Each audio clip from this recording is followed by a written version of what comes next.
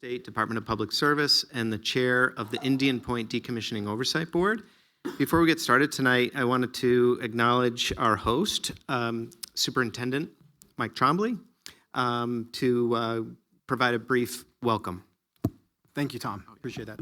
So good evening, everyone. On behalf of the entire Hendrick-Hudson Central School District, and joined by our Board of Education President Amelia Silverman and Trustee Allison Hubin, I'd like to welcome you to the Indian Point Decommissioning Oversight Board being held here at beautiful Buchanan Verplanck Elementary School.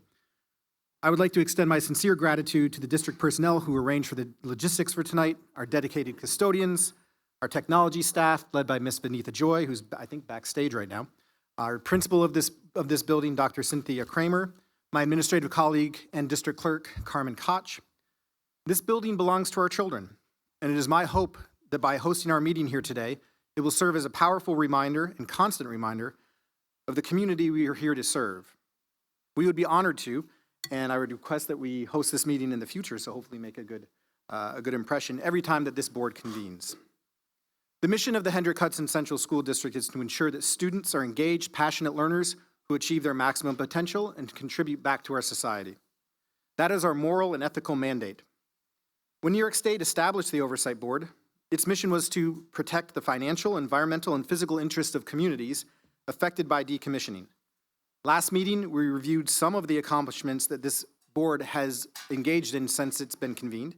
And while there have been some impactful outcomes completed, tonight, I must speak to the stark collision between that framework and our district's mandate to protect the interests of this community's children. Our school district is not faced with a theoretical problem. It is faced with an immediate financial crisis driven by a catastrophic, systemic paradox. The shutdown of Indian Point resulted in the loss of nearly 1/3 of our school district's annual operating budget, a financial hit that no school district is built to withstand. This is not a speaking point. It is something I want every adult present here this evening to process and not forget. In the 2019-2020 school year, our payment in lieu of taxes agreement provided by the property that Indian Point accounted for was worth $24 million, representing 31% of our budget to support children. This year, that number has dropped to $3 million, representing less than 4% of our budget. As you process that, think of any type of business that can withstand that financial impact. Temporary support the district has received, for which we are deeply appreciative, is neither sufficient nor sustainable. I do want to again extend my sincere thanks to Senator Harcum and Assemblywoman Levenberg for their sustained, supportive partnership and for securing additional aid. Indeed, this very room that we are seated in this evening was restored from a dilapidated state years ago thanks to funds advocated for by Senator Harcum. We also welcome Damian Garcia, a regional director from U.S. Senator Kristen Gillibrand's office, whose presence underscores the necessity of a coordinated federal response. However, even these targeted specific acts of aid do not address the long-term consequences of our district hosting over 1.7 million kilograms of spent nuclear fuel stored on tax-exempt land that cannot be repurposed for economic development. This financial instability is compounded by the increasing needs of our students. Even as our enrollment has remained relatively flat, the challenges faced by our learners have grown substantially over the last decade. Our district has seen a significant increase in the complexity of support that we are required to provide.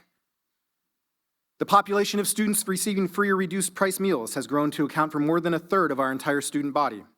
Simultaneously, the portion of our students requiring specialized services has also climbed, with our special education population seeing a sharp increase in recent years. Finally, our English language learner population has also increased significantly, now representing a measurable portion of our enrollment. I share these data points not to point fingers at our students, as they are the reason why we exist, but rather to underscore the increasingly complex need present in our classrooms. Our caring and professional educators are dedicated to supporting all students in our classrooms, helping them feel welcome, engaging them in a rigorous learning, and helping them achieve their maximum potential. As we rightfully ask more of our educators to meet these growing demands, we must also support them by enacting fair and responsible labor contracts that recognize their tireless efforts. This brings us to our present budget dilemma for the 2026-2027 school year, for which we are already preparing. And that year is unique compared to previous years that the district has had a seat at this table.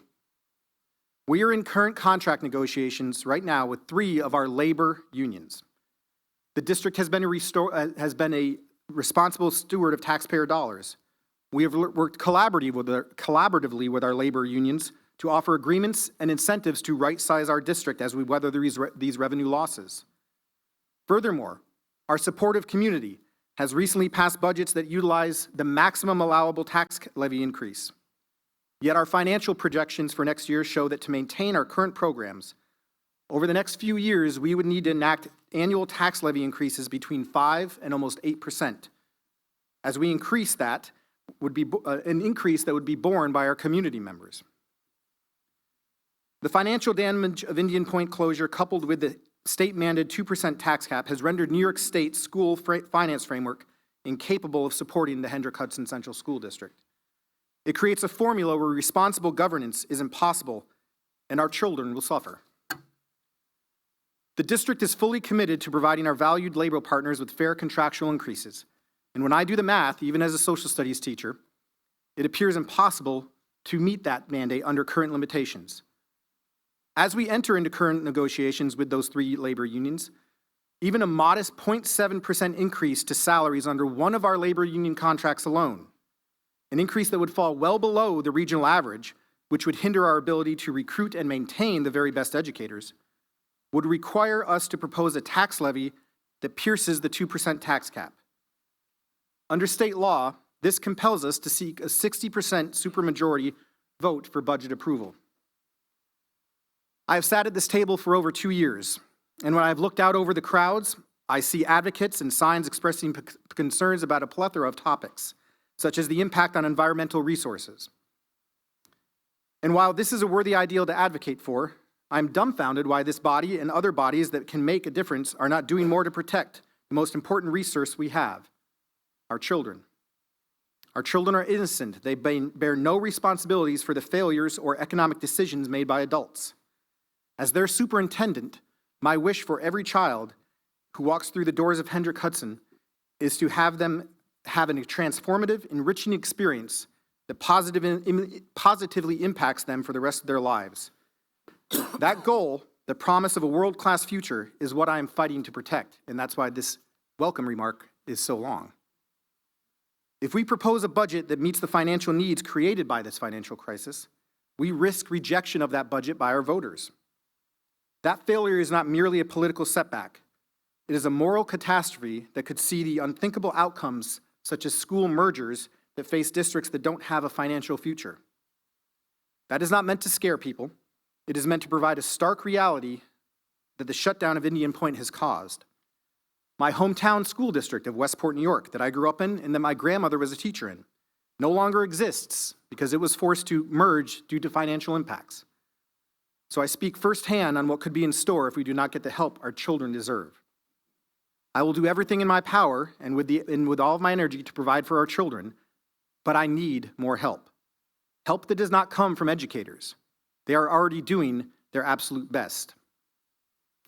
If the budget presented by the Board of Education is voted down by the community, because we must seek tax revenue from our community members to replace the revenue lost from Indian Point, and in the absence of other assistance, the district would be forced to adopt a contingent budget, a budget constrained only to the expenditures absolutely required by law. I want to be clear. In the budget development process, looking towards next year, I am not in a position to offer what specific line items I would cut at this time to offer a budget that meets our student needs.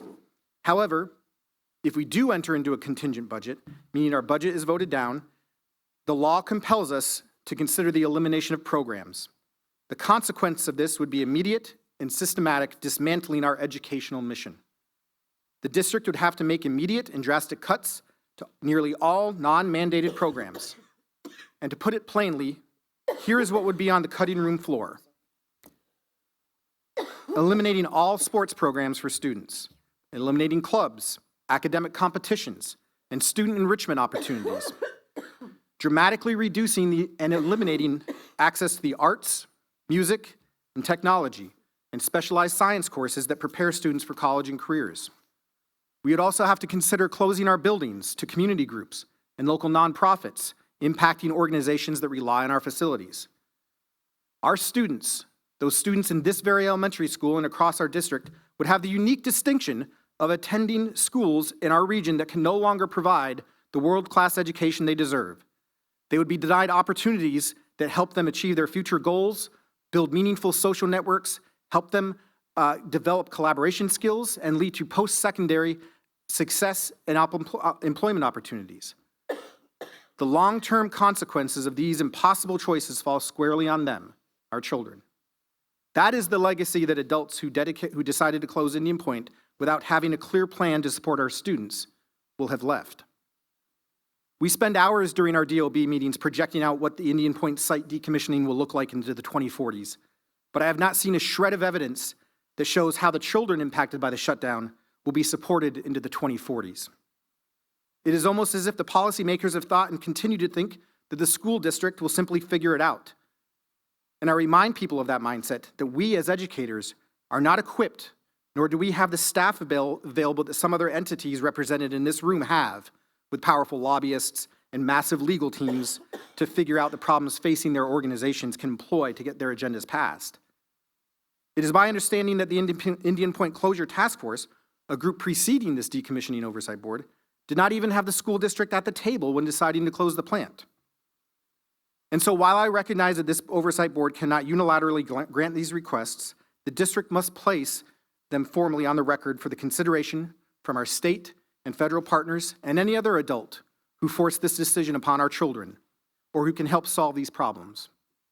We need the system to be fixed so that we can fulfill our moral and legal mandate to our students. To the state of New York, I urge the extension and increase of the Cessation Mitigation Fund and the provision of additional targeted state aid to stabilize our foundation as our pilot revenues rapidly diminish. There is money in the Cessation Mitigation Fund. If we don't want to spend it, why are we collecting it from the people of New York State? To the federal government, we require more help to address the burden of nuclear waste storage, including support of and for the current and future bills such as the REACT Act and the Renewed and Enforced Stranded Act. Based on a $15 per kilogram rate, our community could be receiving $26.6 million annually in impact aid. We need lawmakers to know this number and have it at the forefront of their mind when making decisions. I urge this oversight board to voice its influence and to recommend all relevant jurisdictional bodies that these financial interests of the community and its children be protected immediately, fulfilling the core mission of this board. My remarks tonight, though long, demonstrate the core mission since the plant shutdown.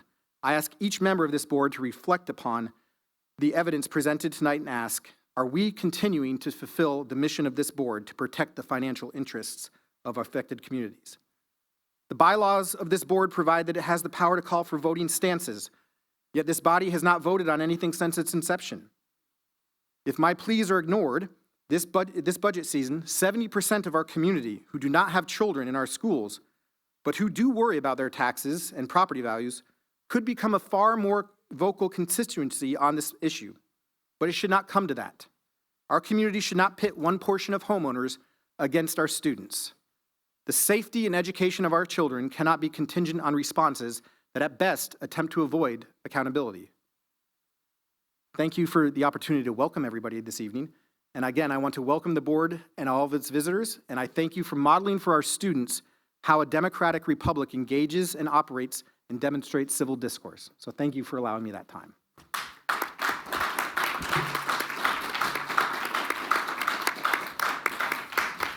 Thank you, Superintendent. And we deeply respect the position you have and the challenges that the school district has, and wish to continue to work collaboratively with you to help you through the solutions.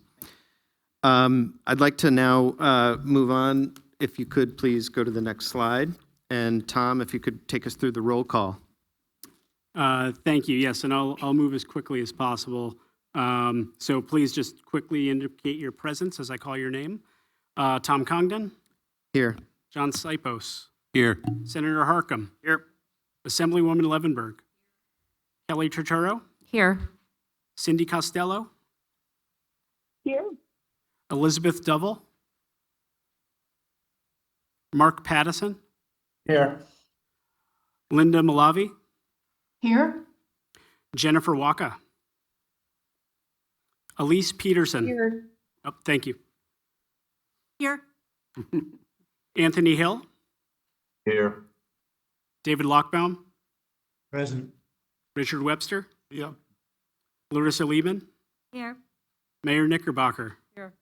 Supervisor Becker, Here.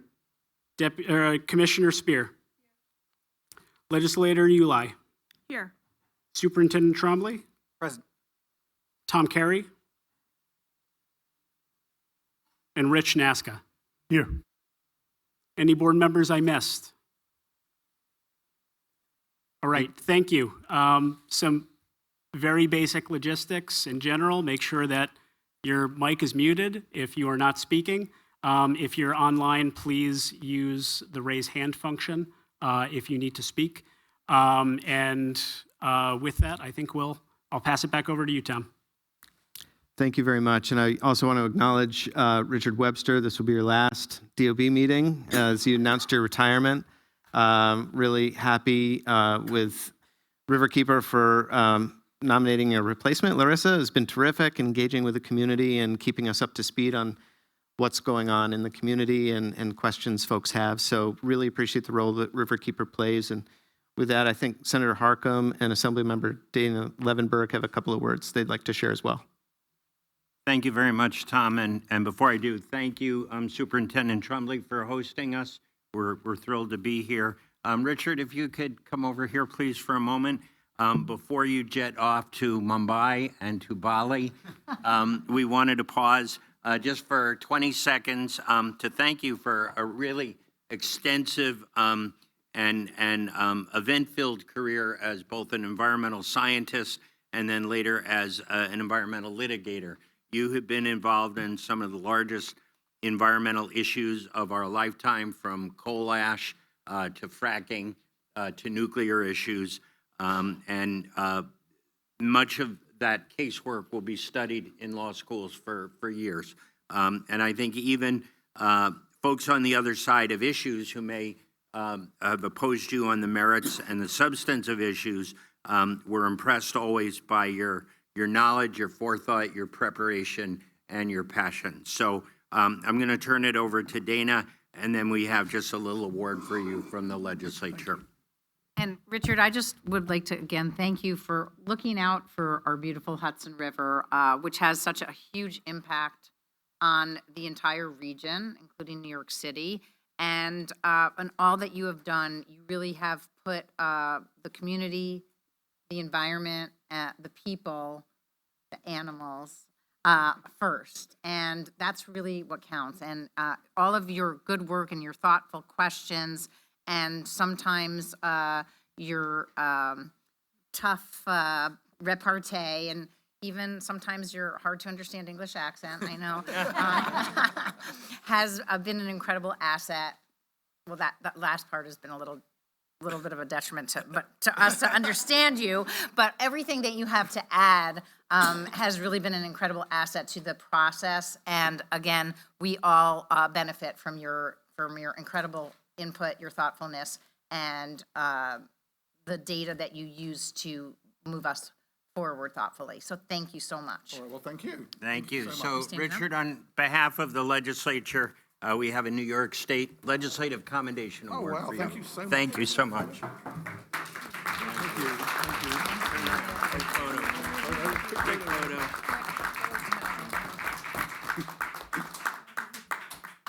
All right, well, all I can say is it's Thank been a you. pleasure, guys. So enjoy. Thank you. Okay. Thank you, Tom. Now back to work, Richard.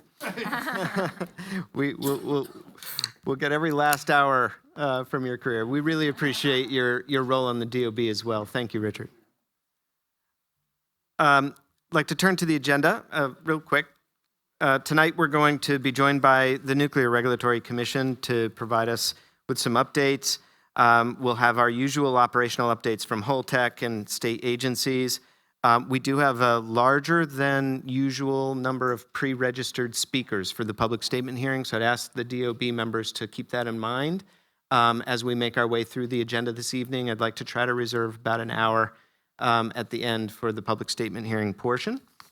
And with with that, I'd like to turn to our friends at the U.S. Nuclear Regulatory Commission. I'd ask you each to introduce yourselves before you get into the presentation, but I'd like to say, as chair of the DOB, when we have invited you to attend and to speak and to answer our questions, you've always come and joined us at our meetings.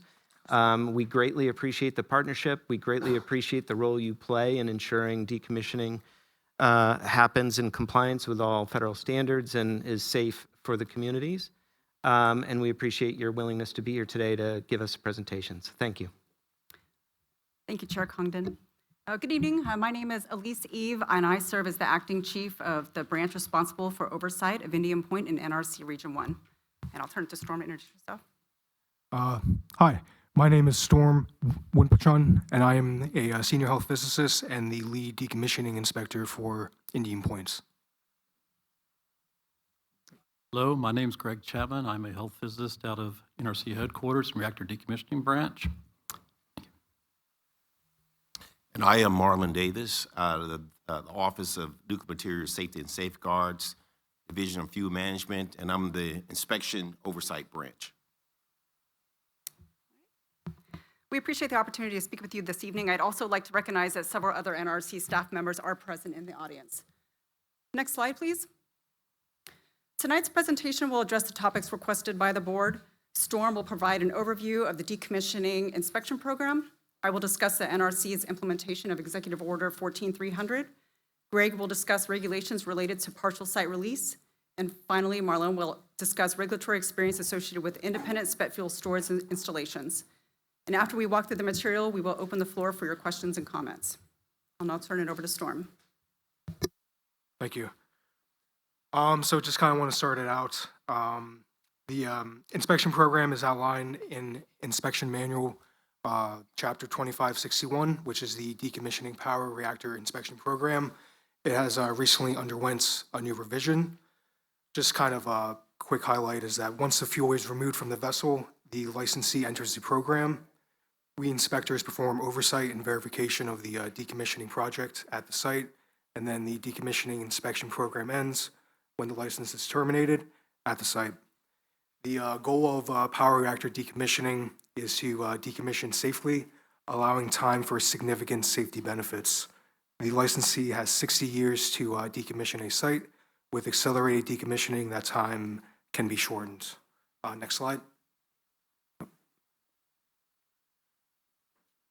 The NRC objective of the inspection program is to obtain information through direct observation and verification of licensee activities to determine whether the site is being decommissioned safely.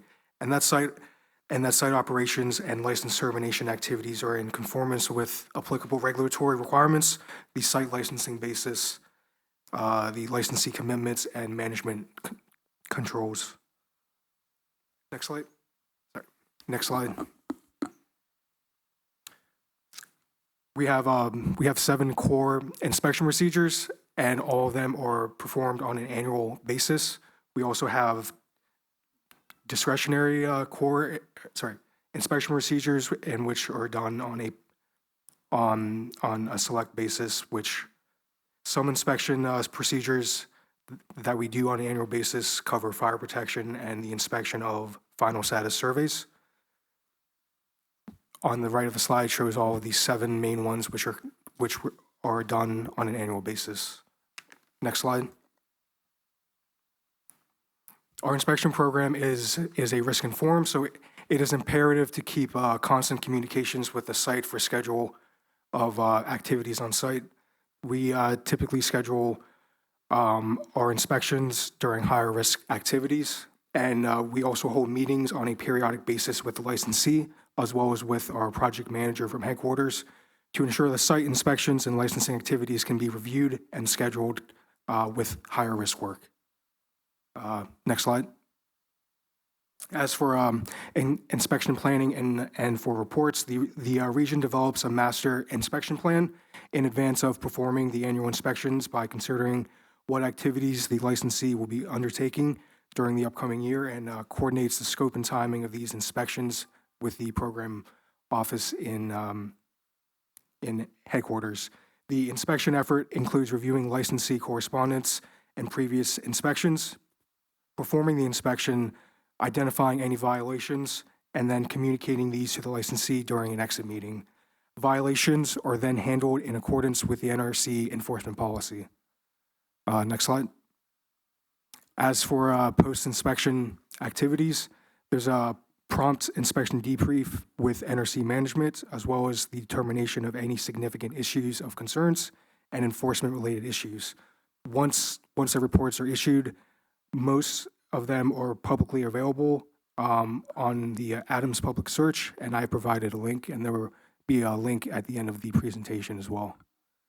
I'm going to hand it over to Greg to talk about. Next slide, please. Okay, you're good. Yeah.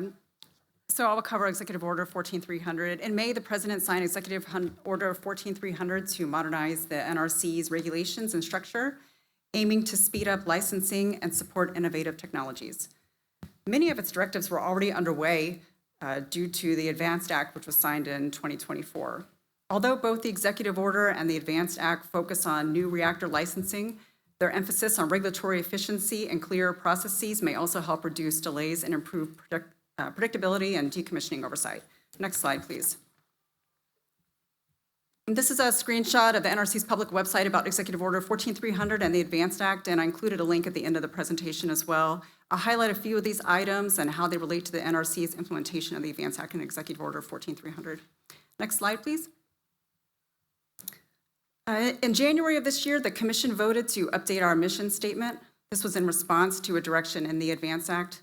As you can see from the text, while still protecting public health and safety, the new mission statement adds a focus on enabling the safe and secure use of nuclear energy and radioactive materials through efficient and reliable means. The broadened mission supports risk-informed oversight approaches in decommissioning. Next slide, please. The executive order directed the agency to conduct a thorough review and a revision of our regulations. This continues to be an ongoing effort with a team of folks dedicated to managing the review. The broader regulatory review may identify outdated or redundant requirements affecting decommissioning oversight. Next slide, please. In the area of improving oversight and inspections, Storm discussed that we revised Inspection Manual Chapter 2561. We also revised Inspection Manual Chapter 0610 so that our decommissioning inspection reporting is aligned and our documentation is streamlined. Next slide, please. And I will now turn it over to Greg. Thanks, Lise. So I've been requested to summarize the regulation and process used when a licensee requests a partial site release or to release a portion of the site from the NRC license boundaries. The applicable regulation in this place is, in this case, is 10 CFR 50.83, which discusses the requirements for partial release for unrestricted use. The partial site release is relatively common practice as power plant sites transition into decommissioning and the need for a buffer area around the plant to begin to be eliminated. Indian Point has initiated discussions with the NRC that it may be pursuing a partial site release, though no distinct plans have yet been communicated. The site that's shown on the screen here is Crystal River in Florida, which has just recently requested a partial site release. And the Crystal River site is actually planning for 2 or 3 partial site releases as it eventually brings the licensed portion of the site down just to just the ISFC. Once a portion of the site is no longer under the NRC license, the owner has full flexibility with regards to its development and use without NRC oversight. And it should be noted that elimination of the NRC license for a portion of the property does not necessarily mean that the other regulatory bodies have no concerns for the property, such as the EPA or state. Next slide. So all licensees requesting a partial site release must perform certain evaluations as discussed in the regulation. These are to ensure that the dose to individual members of the public do not exceed the regulatory limits. There's no reduction in the effectiveness of emergency planning or physical security. Effluent releases remain within the license conditions. The environmental monitoring programs and offsite dose calculation manual are revised to account for the changes. Siting criteria continue to be met, and all other applicable statutory and regulatory requirements continue to be met. In addition, a historical site assessment of the portion of property to be released should be performed, and surveys should demonstrate compliance with the radiological criteria for unrestricted use. Next slide. In addition to what was previously mentioned, when releasing a non-impacted area, areas in which no residual radioactivity from licensed activities is present, a written request as opposed to a license amendment application can be made. This typically includes the results of the evaluations we previously discussed, description of the part of the facility or site to be released, the schedule for release of the property, a evaluation which requires verification that the change is not inconsistent with various licensing basis documents, a discussion that provides the reasons for concluding that the environmental impacts associated with the proposed release of the property will be bounded by previously issued environmental impact statements. Now, you've heard me say non-impacted versus impacted here, so it may be noted that a key difference between these two areas is that residual radioactivity from licensed activities in a non-impacted area is indistinguishable from background, and relatively little effort is typically needed to demonstrate compliance with the unrestricted release criteria. In contrast, an impacted area is one in which there is a noted potential for residual radioactivity from licensed operations to be present, and some effort to demonstrate compliance with radiological release criteria is warranted. An unrestricted use release means any residual radioactivity present at the site would result in less than 25 milligram per year potential dose for future site users. For example, people living there, industry there, parks, etc. Next slide. So for release of impacted areas, licensees must submit a license amendment application for the release of the property. That application must include the same information we've mentioned already. The methods used for and results obtained from the radiation surveys required to demonstrate compliance with the radiological criteria for unrestricted use. A supplement to the environmental report describing new information or significant environmental changes associated with the licensee's proposed release of the property. And a reason why the impacted area needs to be removed from the license before the LTP is approved. Next slide. The NRC notices receipt of the release approval request or license amendment application and makes the approval request or license amendment application available for public comment. Before acting on any approved request or license amendment application request for a partial site release, the NRC will conduct a public meeting in the vicinity of the licensee's facility for the purpose of obtaining public comments on the proposed release. The NRC publishes the document in the Federal Register and in a forum such as local newspapers, announcing the date, time, and location of the meeting, along with a brief description of the purpose of the meeting. The NRC will consider all comments from the public pertaining to a partial site release before finalizing a decision. And with that, I'll turn it back over to Elise.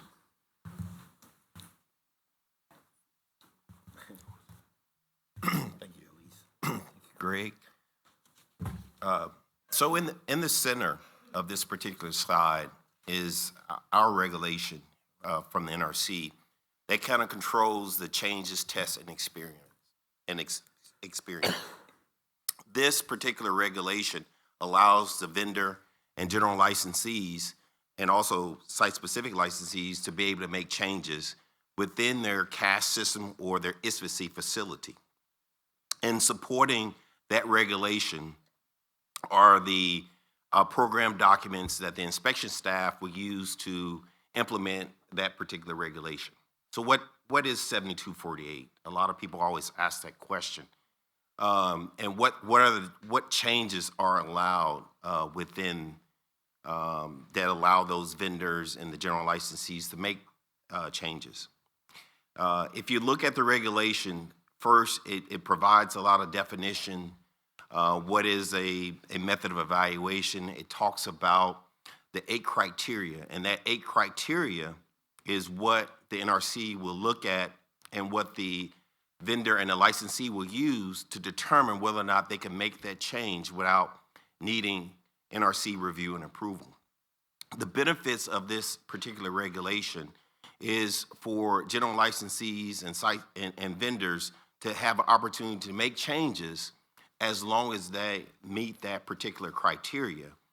But when they do not meet that criteria, the rule simply states that, hey, you need to come in, the NRC need to review and approve it, and it does not mean that it's not safe. It's just saying that we haven't, you answered the affirmative yes to a criteria, and now you need to come in for us to review and approve it prior to implementing that particular design change.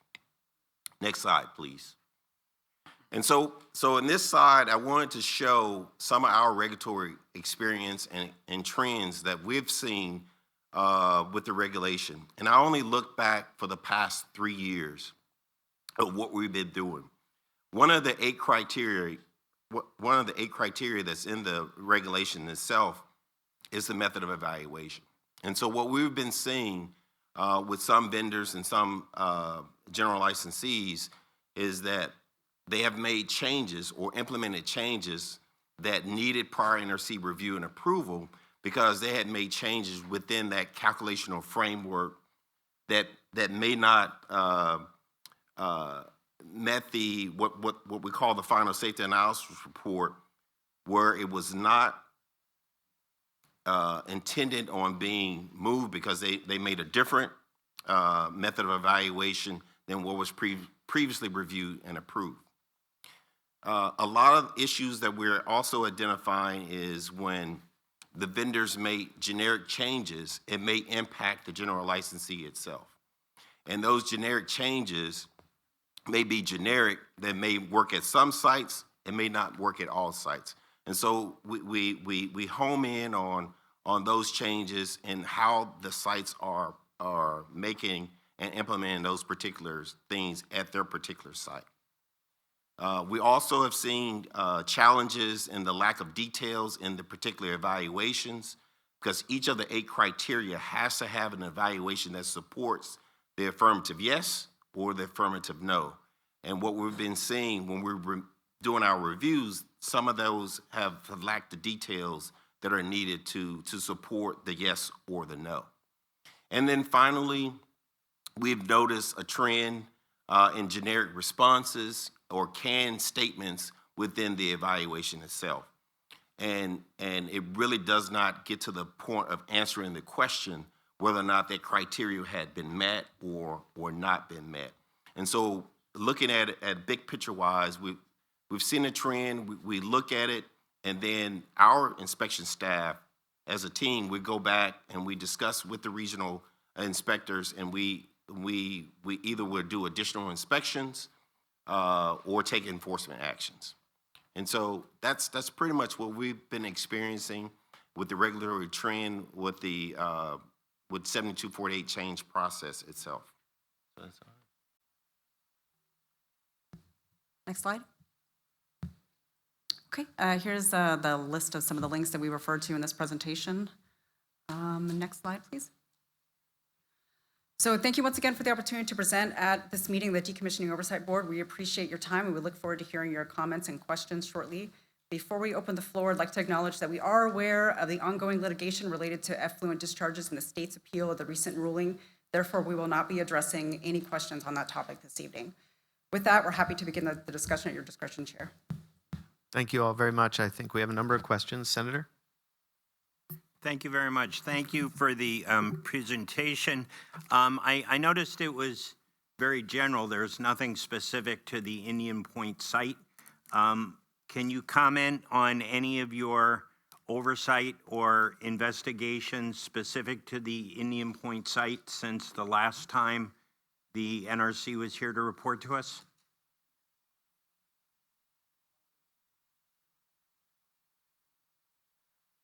Yeah, so since the last time we were invited to the DOB, I do recall that there was one fire protection violation that was from the first quarter of 2025.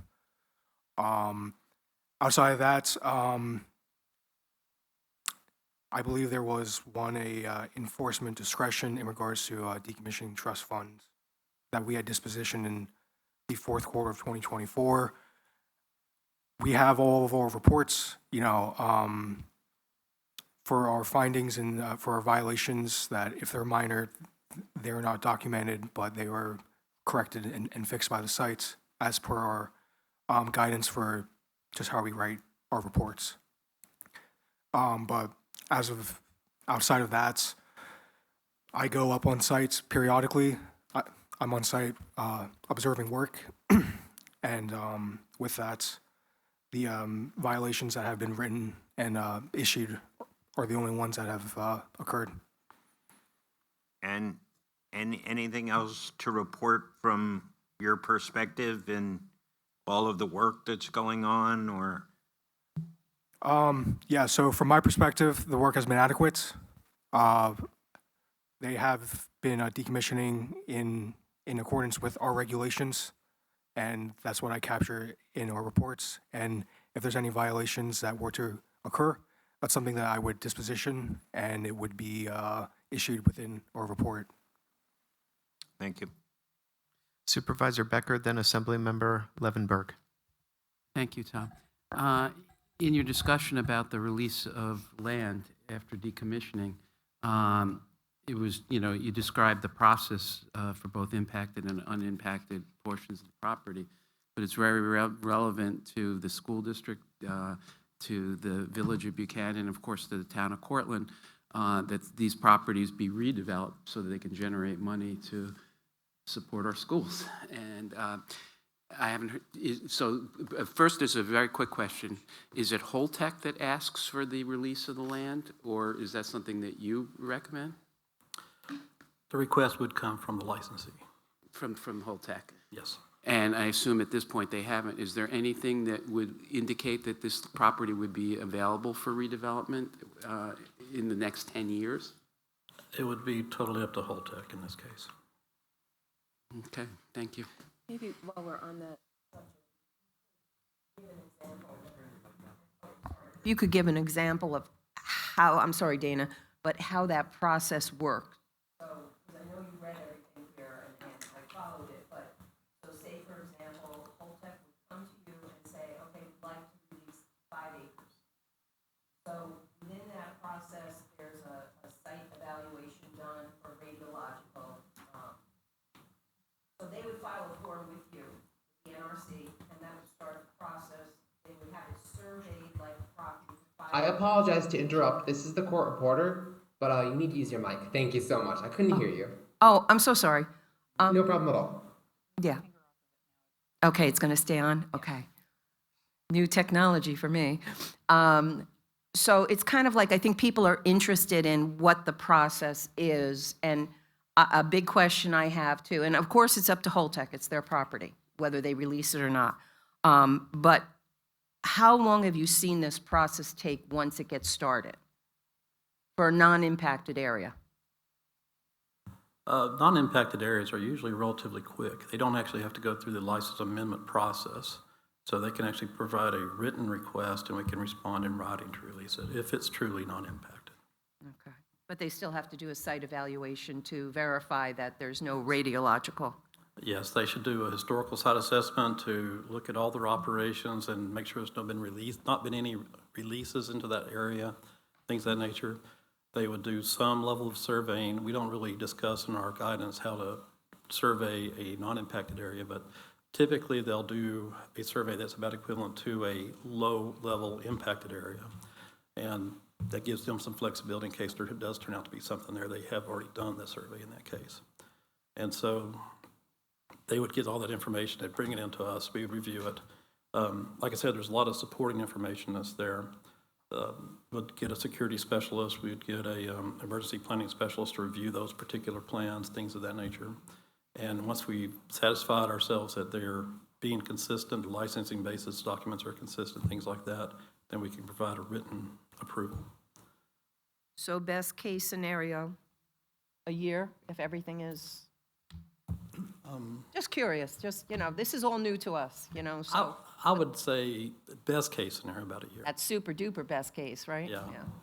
All right, I'd like to thank the NRC for coming here tonight so that we can ask you questions. Much appreciated. Dana, I'm sorry. Assemblymember Levenberg. I just. That's fine. Don't worry about it. Thank you again to everybody, and thank you, Superintendent Trombley, for hosting us this evening. I have a couple questions. My first one is about something that happened in 2024. I think it came to light that Holtec had built the spent fuel casks out of compliance with the agreed manufacturing procedures. Did Holtec pay any fine or any type of penalty whatsoever? Is that what exactly happens when those discoveries are made? And also, if Holtec is fined for something like that, does it come out of the decommissioning trust? And finally, is manufacturing stopped when inspectors find out that they're not being manufactured to the specifications that are required by the NRC? And then I have another question that's unrelated after that.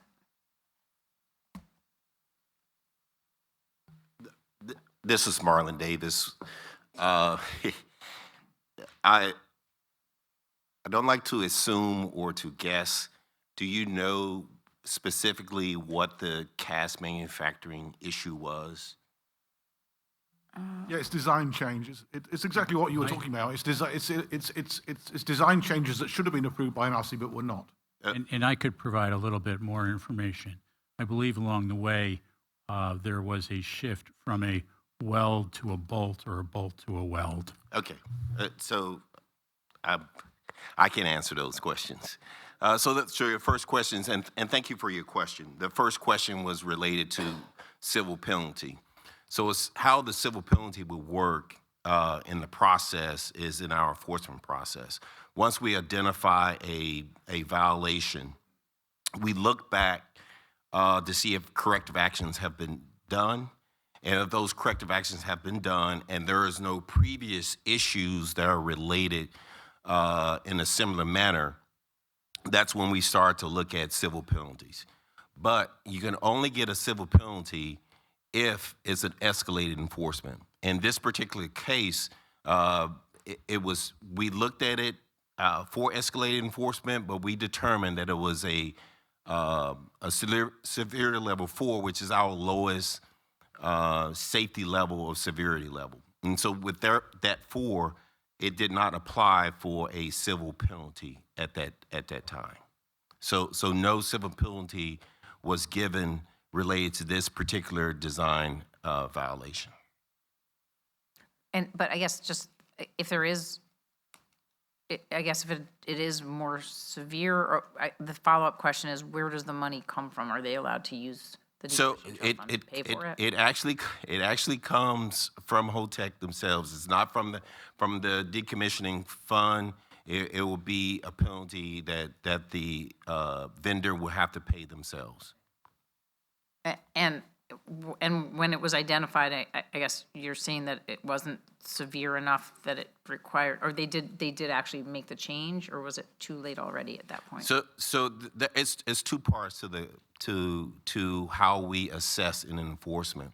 The first part, we determine whether or not a violation occurred, and in this case, the team determined that a violation did occur.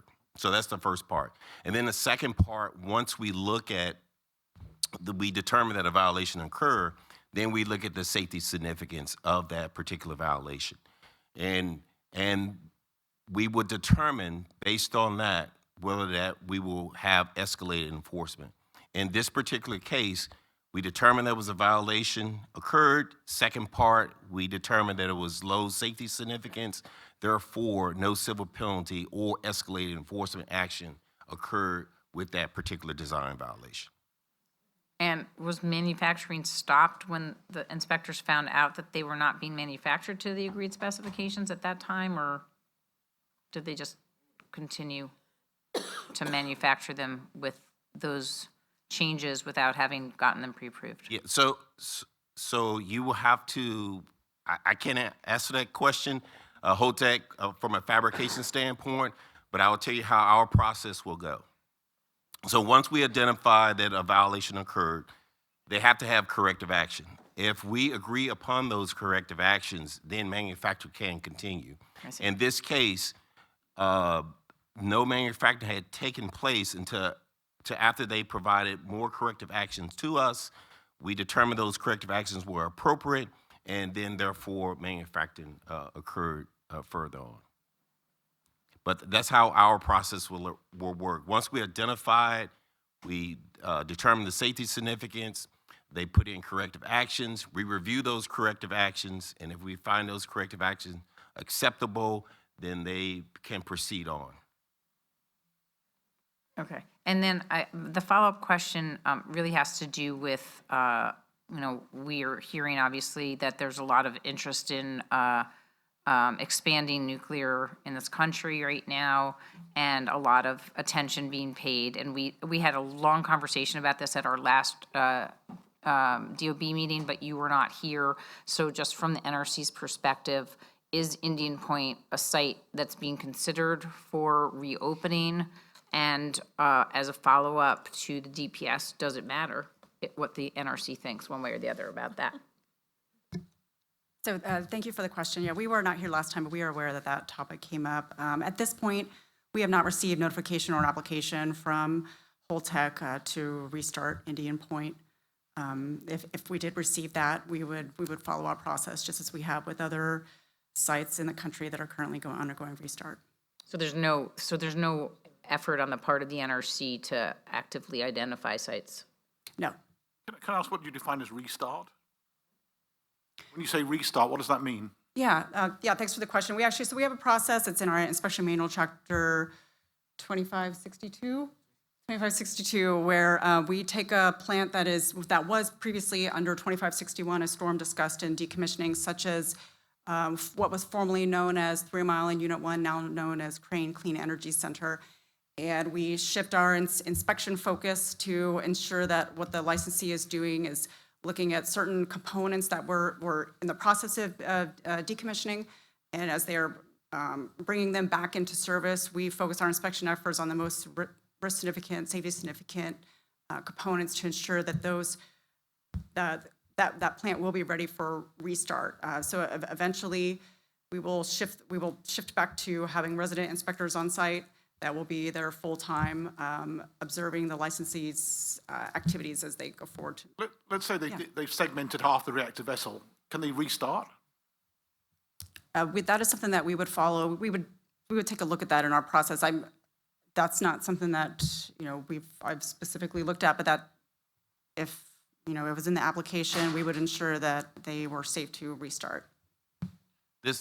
I guess my question, the inherent is that it's not really a restart. If they segmented half the vessel, it's a new plant. Did you want to add something? This is Marlon Davis. And one example, which we're currently ongoing, is Palisades. Yeah. Holtec is the owner, operator of Palisades, and they just went through the restart. We looked at their evaluation, and I think next year or in 2027, they expect to be back. So that one was a little different, right? They at that time, the vessel was still intact. The steam generators were still intact. They had to do a lot of work to get that back going. We would have to look at it from a piece by piece, right? If Indian Point or Holtec decides we have a review plan that we will look at it as a part of our review plan. We will look at how the vessel is. We will look at how the steam generator is. We will look at the most safety significant components, do that evaluation, do those inspections, and follow our plan to ensure that it's safe to come back on what level they decide to do it on. If I could just interject, I think, because Dana also posed the question, DPS, it's a bit of an academic exercise, it seems to me, and I have a lot of agenda items that we'd like to get to. But the DPS and the PSC order approving the sale to Holtec included a provision that requires consensus of the local taxing jurisdictions and the state before any proposal is made for new nuclear at the site. And that was discussed at length at the last meeting. I think the county legislator, Uli, and the county executive made clear that they intended to work to pass a local law that's been introduced and pending to address that issue and make clear that there is not consensus. So it does appear to be a bit of an academic exercise and not worth further discussion at this time. If something becomes a little more real, then of course this body, I'm sure, would have a more robust discussion if ever there is a change of the facts I just laid out. But does the county executive's office or the county legislator, Uli, want to make any further comment on that? We still stand by the resolution the act, forgive me, that we've introduced, and we plan to pass it. Same for the county executive. Thank you. And County Legislator Uli, I believe you were next on the list of questions, and Dave Lockbaum, you're next after that. Thank you so much, and forgive me, Tom. I know you wanted to move us past this, but the mission statement, enabling the safe and secure use and deployment of civilian nuclear energy. Does that change anything about your relationship to the decommissioning process at Indian Point? Does the addition of that line to your mission statement? No, thank you for the question and the opportunity to clarify. No, it does not change our relationship with the decommissioning at Indian Point. It's just ensuring that we are more efficient in our processes. Okay. Who determines whether a site is impacted or not impacted, since it seems to have so many other? The licensee would make the initial call based on the historical site assessment. Again, they'd be looking to see if they had any operations that occurred in the area that they're considering non-impacted, had any releases into that area, and they would do some level of surveying into that area as well. Who's they? Holtec in this Holtec, case. right. Yes. And if they find contamination, I'm sorry? and if they find contamination in an area that they thought was non-impacted, does If it's the from classification licensed change? activities, they would switch Well, categories and go to impact. How do they know? That was a question I had. How do they know it's from license? I mean, what Holtec found cesium-137 in an area they weren't expecting to, but they don't know the source. Yeah, So how do we know it's from licensed activities or not? Yeah, so typically what happens is they will do what we consider a MARSIM level survey of a low-level contaminated area. And that, what they would be looking for there is to demonstrate indistinguishability from background. So they would go off-site into other non-impacted areas and get some samples there that they could compare to and do a statistical comparison to show that they're indistinguishable populations.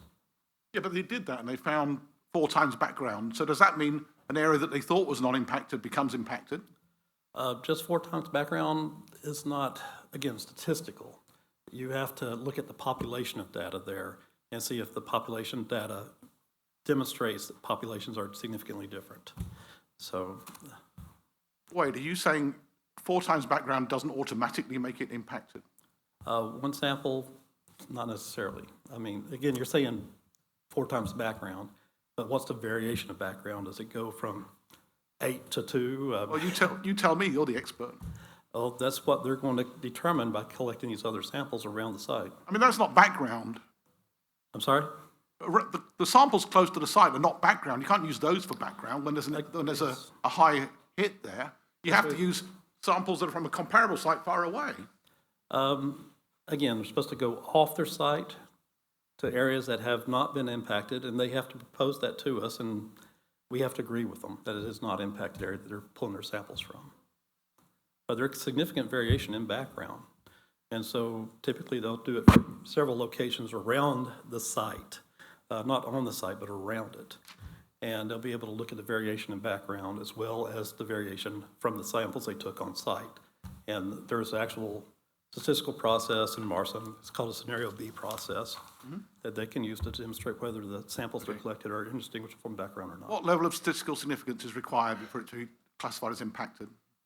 We typically specify a 95% confidence. So, County Legislator, did you have further questions? Why is the background measured against what was found? Why is it not measured against what was found prior to the plant being there, since we have that data? if the data is there, they could use that. Okay. Will you hold them to that?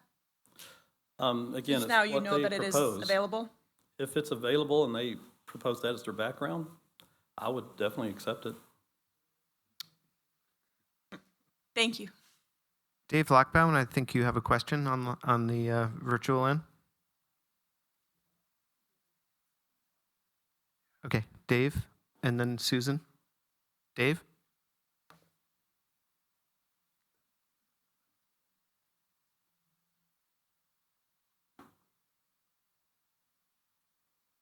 Susan, why don't we go to you, and then hopefully the technical issue with Dave can be fixed, and we'll come back to Dave Lockbaum. Susan Spear? Thank you, Mr. Chairman, and thank you to the NRC for the conversation tonight. So when you are looking at releasing property ready for another use at the licensee's request, and you look at the radiation levels, if the state's radiation level requirements are more strict than the federal requirements, would you consider those, or would the commission's decision be based solely on the federal standard? The NRC's decision is based purely on the NRC's criteria. However, with that said, typically what happens in these cases is the licensee will come in and they'll set an LARA goal down to the state levels. And so we can then compare that to the state levels, and usually the actual residual reactivity is really low, and it'll meet the state levels. And so once we conclude exactly what the potential dose is, and if it meets the state levels, it kind of satisfies both criteria. I'm sorry, so if it meets the federal requirement, but it doesn't meet the state requirement, what ability is there for the state to make sure it meets the state level? The state can come in and license them if they want to.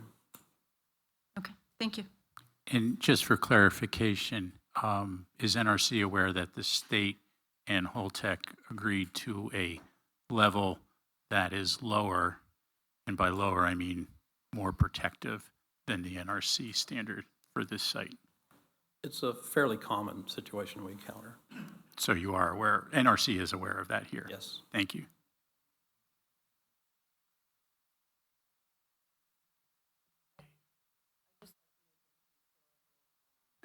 Your mic is off. Once again, I'd like to make a historical comment that where that was found is Unit 3, and Unit 3 was New York Power Authority. They owned and operated that since the mid-'70s until around 2000 when Holtec bought it. So where it came from, who knows? We'll probably never know, but that was originally, that was not Con Edison property. It was New York Power Authority. And if I could just actually speak to that, I believe Unit 3 was initially constructed, received a construction permit from the Atomic Energy Commission, and that was given to Con Ed in the mid-'60s, just to fully flesh out the record on that.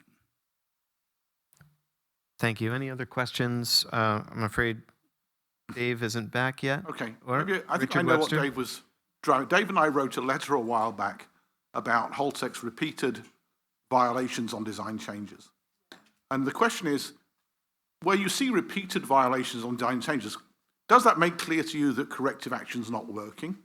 And can you go to escalated enforcement based on repeated design changes of low safety significance?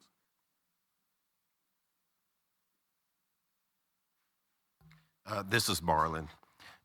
So yes, you can. So how the enforcement process works, we will look at a 2-year cycle. We'll look at previous violations, and we will look at the corrective actions coming from those. And those corrective actions has to be specific to the violation that we're looking at. For example, if it was a engineering error, and then the next time it was a 7248 error, they may be two different things, right? One could be specifically to that particular design, and one could be engineering. They just answer the question wrong, looking at the 8 criteria. So we have to look at the corrective actions individually to see if it's fixing the actual issue that they violated. Right, but it seems like there's two different levels of corrective action, right? If you just get one violation, it may be a narrow issue related to that violation. But if you have a series of 4 or 5 violations in a couple of years, then doesn't that indicate there's a systemic issue that needs to be addressed?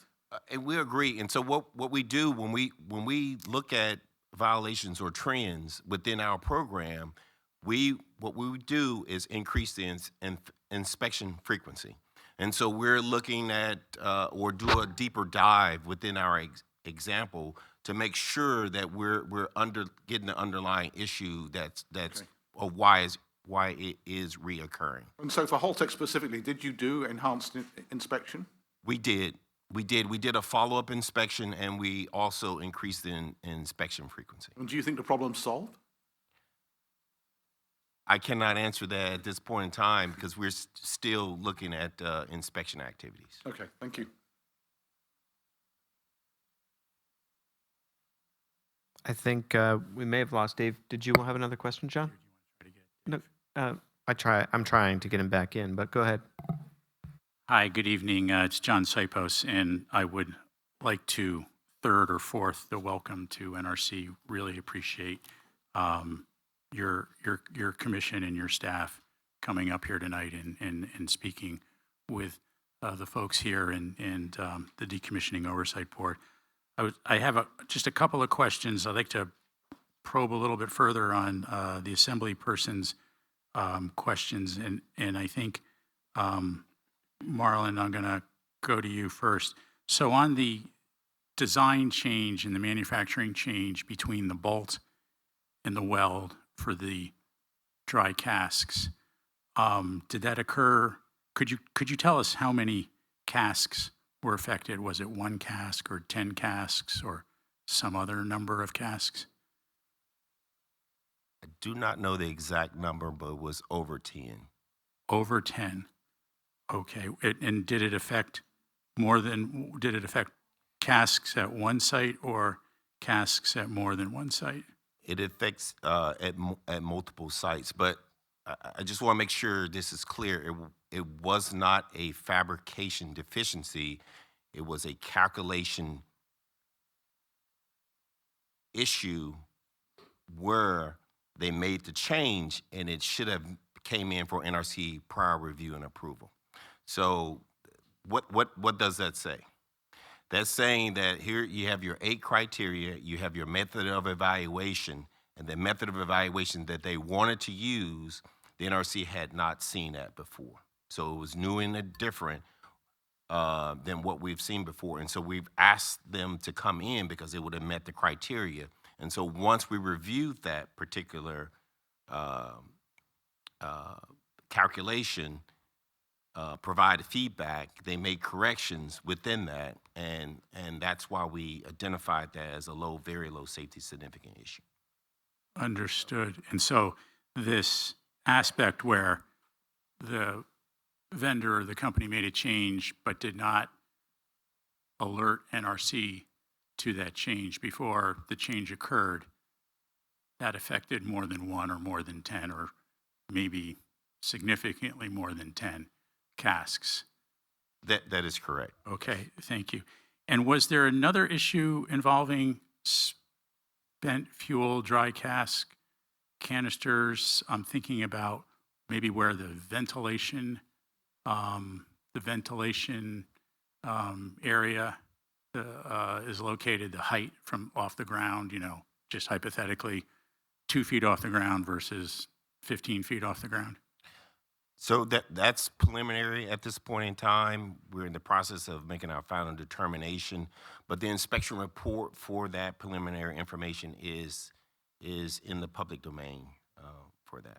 Okay, so NRC is looking at the change in the altitude or the location of the vent for the dry cask storage casks. Is that right? That is correct. Okay. And Greg, I was wondering if we could go back to slide 14, the Crystal River site. I don't know if that's possible to go back to that. That's the one where you had the sort of like the before and after, or the current and the proposed. So this schematic here is showing different areas of the Crystal River site in Florida and different sites being qualified for partial site releases. Is that what I understand? Sorry. Yes, that's their plan. The initial site release is the one on the left that they are doing, and those are typically non-impacted areas. And so they're requesting that release. And the areas that are on the one on the right are in the future probably impacted, but low level impacted. And they'll eventually go for that release as well. Okay, so this schematic shows how different parts of a larger site could be segmented and released for other productive uses. Is that correct? That is, it's totally the call of the licensee or Holtec in the case of Indian Point. Right, and understanding that the dry cask storage facility is not part of that. That's being Typically, it all boils down to the final license portion of the site being the ISFC. Yes. Right, and I have in mind the superintendent's welcome and statements to us here tonight. Would you agree with the following statement, that a faster decommissioning would lead to a faster return of a portion of a site to be used for economically productive uses? I really don't think that's my place to say. All right, well, how about this? If I had 5 acres of a 248 acre site and it was released, and let me take that again. If I had 5 acres of a 248 acre site and I could release it, could that portion that's being released be used for other uses? That is typically why they do that, yes. Thank you. There is one other thing I'd like to clarify. When previously they were asking about the state and if we're inconsistent with the state, I do want to make it clear that we don't regulate in a vacuum. We routinely consult with the state and with the EPA before we take actions. Thank you, and I appreciate that. And I appreciate your response earlier. And again, thank you for being here today. Thanks. Thank you. Any other questions? Yes, Richard? Yeah, I have a quickie, actually. Last time NRC we were here, we were talking about the Decommissioning Trust Fund and the things it could be used for. And I pointed out that the spent fuel management budget was overspent by 100%. And I was told that that was something NRC was looking at. Can you tell me the outcome of that investigation? Yeah, I can speak to that. So that was just part of a regular inspection process. It has been dispositioned. Indian Point, Holtec did not impede the decommissioning process or else their decommissioning trust fund. So it was dispositioned as a minor violation. So that is why it was not cited in our inspection report. Hang on, let me make sure I've understood that. So when you say it didn't impede, like if they overcharged by 100%, would you regard that as impeding or not impeding? So I can only speak to doing the decommissioning trust fund review for the whole for each unit. And as it stands, Holtec has never had any impediment to their trust fund that would prevent them from decommissioning how they've been operating. So. Yeah, but you're not answering my question. I mean, my question is, if they're overspending, it ends up being an impediment to decommissioning because they run out of money, right? So on an annual basis, the licensee submits to us the status of their decommissioning trust fund, and what we are looking at is ensuring that they have sufficient funds to complete decommissioning. Our focus is not on whether they went over or under their budget. It's that they have sufficient funds to complete decommissioning. So, there's several factors that can impact budget, inflation, whatnot, the market. So as long as when we look at it annually and they have sufficient funds in their decommissioning trust fund, then that's acceptable to the NRC. okay, let me make sure I've got this right.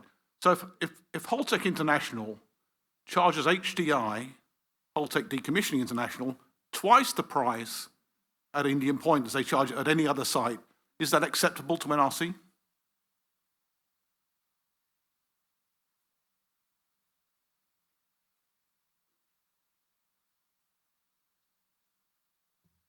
Yeah, I think if we can take the question and just give a response to you offline.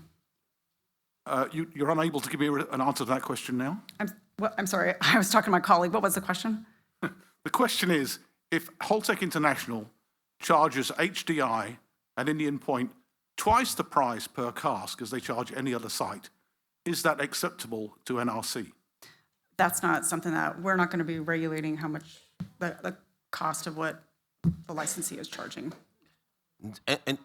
And again, I think from our process and our oversight process is ensuring that they have enough to finish the decommissioning.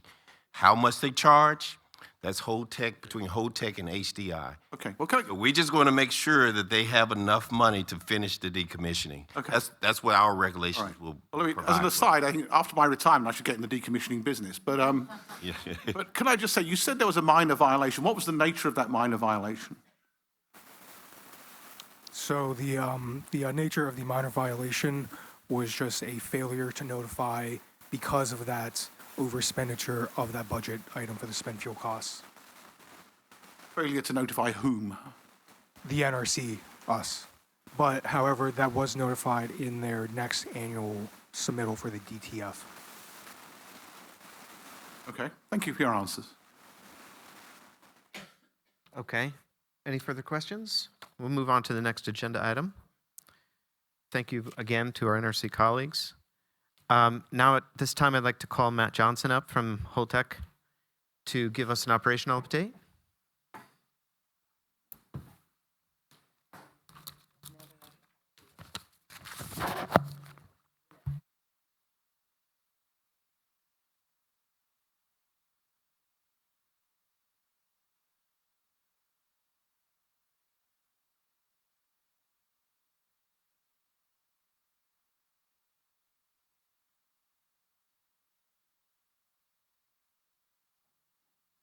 Welcome, Matt. Welcome, Don. You can begin when you're ready.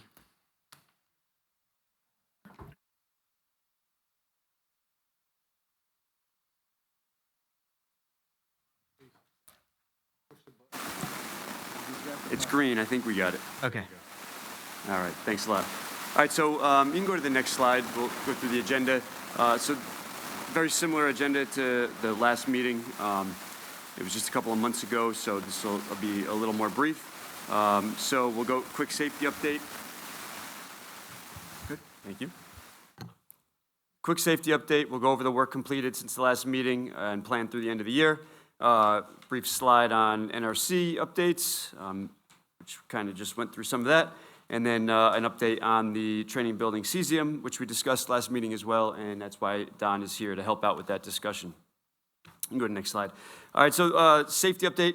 Every meeting, this meeting is no different to us. We start with a safety message, so I'm going to go ahead and provide that. Our nuclear safety message for this month currently is environment for raising concerns. So the core value is to maintain a safety-conscious work environment where personnel feel free to raise nuclear safety concerns, right? So we take this very seriously at the site. We want everybody to raise concerns without fear of retaliation. We take those concerns and we take actions as appropriate. We have many different avenues to bring those concerns up, some of which are our corrective action program, talking directly to supervision, and then talking directly to the NRC as well. So thank you guys for being here. Industrial safety this month, message is to do not dismiss anything. Minor scrape, small bruise, slight strain, nothing is not a big deal. So we want those reported immediately, documented thoroughly, seeking medical evaluation if required, and then perform the proper follow-ups. So that's our safety update. Safety status for the year, same as last meeting. We are carrying 2 first aids, so good performance overall. Obviously, the goal is always 0. In this case, we had 1 first aid in May, 1 first aid in July, so 2 for the year. Pretty good so far.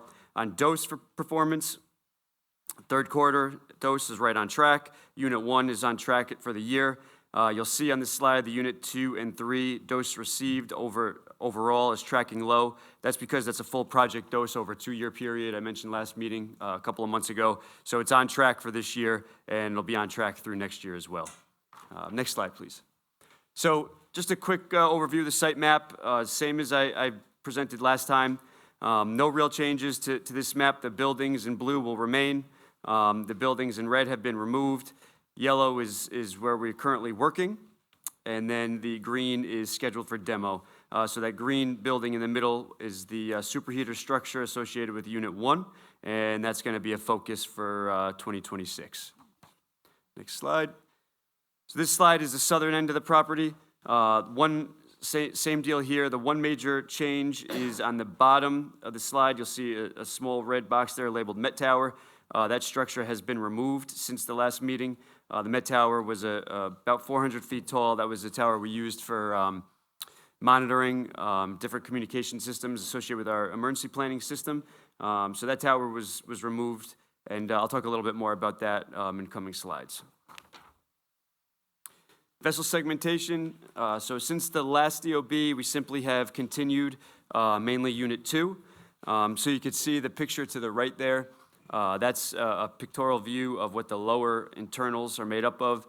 That The top ring labeled as complete is done, and then the second ring there is currently in progress. The goal for the end of the year, which we are on track for, is for those first 2 rings to be completed. That'll be 50% of Unit 2 lower vessel internals. Unit 3, not a lot of work going on in Unit 3, but we are preparing for greater than Class C loading for next year. Unit 1 activities. So since the last meeting, we did complete removal of 11, 12, and 13 boiler within Unit 1. On 14 boiler, the abatement has been completed, and we've begun segmentation activities. Pressurizer abatement has been completed as well. And then for spent fuel pump and motor removal has been completed, and we're working through removal of the associated spent fuel piping. A bunch of pictures there. They're all labeled, just a bunch of different views on the top of the boiler sections, and then the lower pictures are Unit 1, the old spent fuel pump motor removal, and some of the piping as well. Next slide. So Unit 2 steam generator mausoleum. These are the steam generators that were removed from Unit 2 in the early 2000s. So within the mausoleum, we're performing the segmentation. So since the last DOB, we've continued working through 21 steam generator. That's the first of the 4 that's in progress.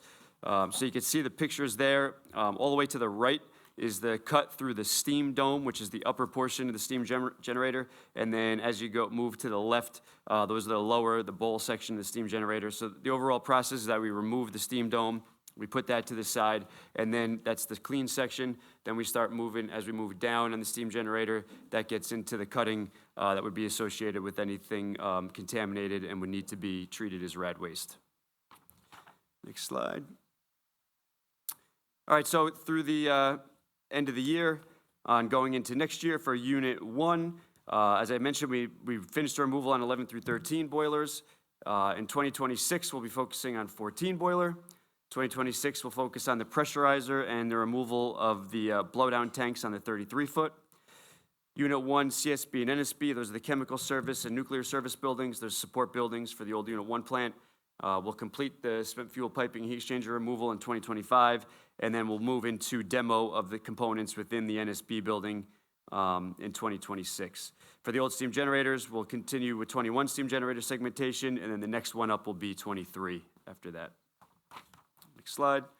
So for conventional, so like I mentioned earlier, the big project that we completed since the last DOB was the Met Tower. A couple of pictures there on the top of the Met Tower. That was interesting because about 400 feet, it would be a pretty large crane to do work like that. So our project team there came up with, the company that they used, came up with an idea called the gin pole, where they actually climb the tower, they go to the top of the tower, and they remove it in pieces and lower it straight down on the structure itself to the ground level, where a smaller crane can then take that piece by piece away. So that was pretty interesting, and that's been fully completed now, and that was done safely. So good accomplishment for us there. We continued working GT 2 and 3, fuel line removal, and then going into 2026, the focus for the conventional side will be the Unit 1 superheater structure. So that'll involve some rad activities as well as a ton of conventional activities as well. And that picture there on the bottom is an aerial shot of the Unit 1 superheater structure. So a lot of breakdown is going to be happening there next year. Next slide. All right, so NRC update. So we kind of mentioned this already. NRC exit scheduled for January. There's no new inspection report issued at this time. So once we have that the exit in January and have that report, we'll update appropriately at the DOB. The NRC was here all this week performing inspections, so Storm and his team were on site. Many plant walkdowns. They looked at things from screening reviews to rad protection program to corrective actions, and we debriefed this morning. So as I mentioned, there's no areas of concern and no violations at this time. Next inspection will be in January. All right, so I'm going to turn it over to Don for a couple of minutes, and Don will give us a quick update on the cesium activities at the training building area. Don? Okay, as Matt said, my name's Don Mayer. Don, can you check your mic? I thought the green light was on. Oh, there we go. Okay, sorry. Name is Don Mayer. I'm a retiree from Entergy and been there many years, and now I'm there in a consultant capacity, principally consulting in radiation protection and measurement type area. So I'll cover this topic I did last time. So I'm going to update on the project. That's what this is. This is a project to identify all of the contaminated soil that we want to conduct a partial site release of around in this area that we've talked about, the training building area. So at the last last DOB, we discussed the principal steps to fully characterize the soils that were near the originally identified locations that we talked about in this meeting, okay? As well as we expanded samples, necessary to encompass the full area. So what happened is we identified some elevated areas and we said stop, and then we put together a project plan, we got a subcontractor on board, and now we're out conducting a full analysis of the entire area. So the first bullet first set of bullets that you see up there, we did set up an on-site dedicated lab for analyzing the samples, which has been made us very efficient. The subcontractor that we're using is actually working well, doing a very efficient job. Those are the key, I won't go through them. We talked about core bore sampling, soil sampling. There's analysis associated with that, doing what's called gamma spectroscopy counting. It's just basically a way to count radioactivity. And those activities are going on. The second set of bullets there is really just status information. We've made very good progress to date. I'm pleased with the work that the subcontractor is doing for Holtec. And as you can see, some of the remaining core bore sampling and soil sampling still needs to be completed before excavation can be, before an excavation plan can be produced. So what does that really mean? Well, weather permitting, okay, the remaining field work we think could complete in the first quarter of next year, with some possible follow-up confirmatory samplings, which is not unexpected in the second quarter. And you can see here, I'm not going to go through the statistics. They're just here to show that the site's on top of it, and greater than 90% of the whole area has been assessed. We've got about 75% of the core bores done, and as long as weather permits, as I said, we'll continue to march through that process. Next slide. So I think this is probably a good point. I was, kind of biting my tongue on some of the questions earlier, because this is a lot of the questions that were asked. I'll address them here. The site is impacted, so that means that I guess maybe I could have done a better job of saying that the last time. I thought I did, but I'll say it loud.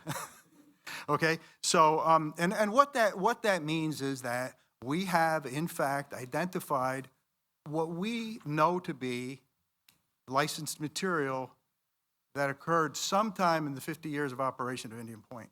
We don't know exactly where it was from. I'm not going to go over that for the 10th time because we've done that before.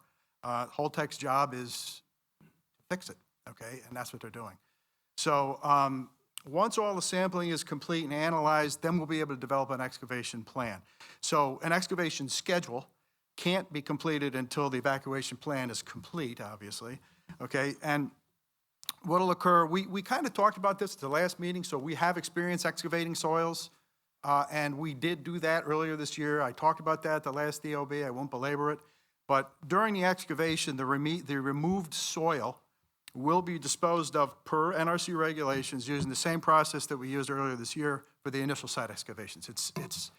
It's really not particularly complicated. You're digging dirt and you're doing samples and you're disposing of it, okay? When we're done, and this is a key aspect of what the NRC folks talked about earlier, I forgot your first name. Greg.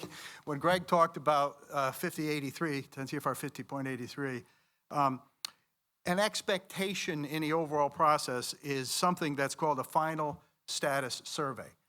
And the final status survey is part of the submittal that we would be required to give to the NRC if we go forward with a partial site release.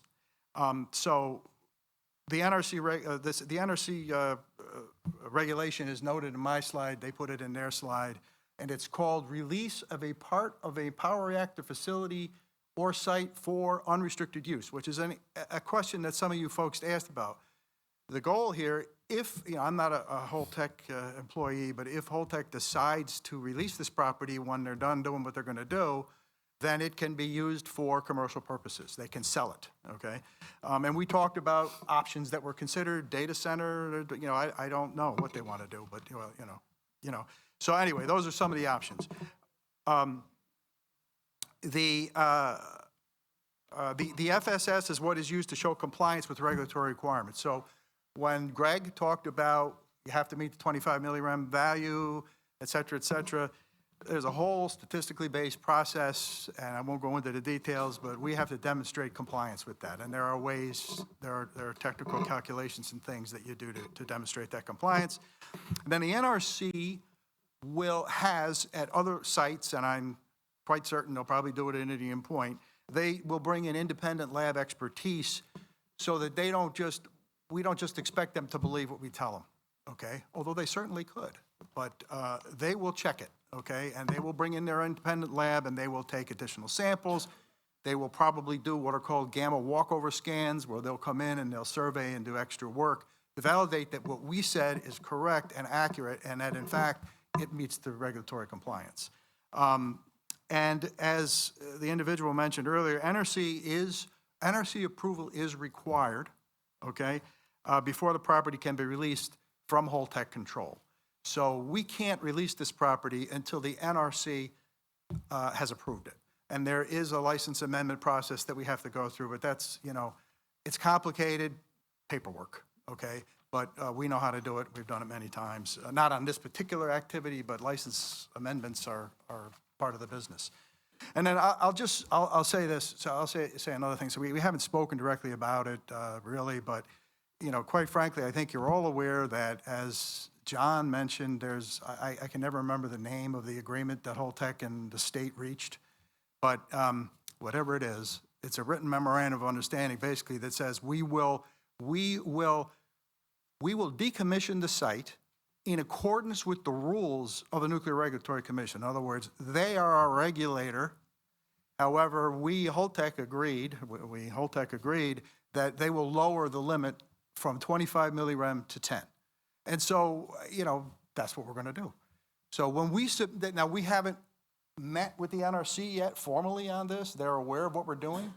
But so we haven't worked out the technical details in terms of the paperwork. But, what would happen is we would go in there and say to the NRC, we're less than 25, and oh, by the way, we're also less than 10. And then the state would exercise its review process, because as part of the agreement, something like this would fall into at least their review purview, and they would be brought into the discussions. Cliff is here somewhere. There he is. There's Cliff.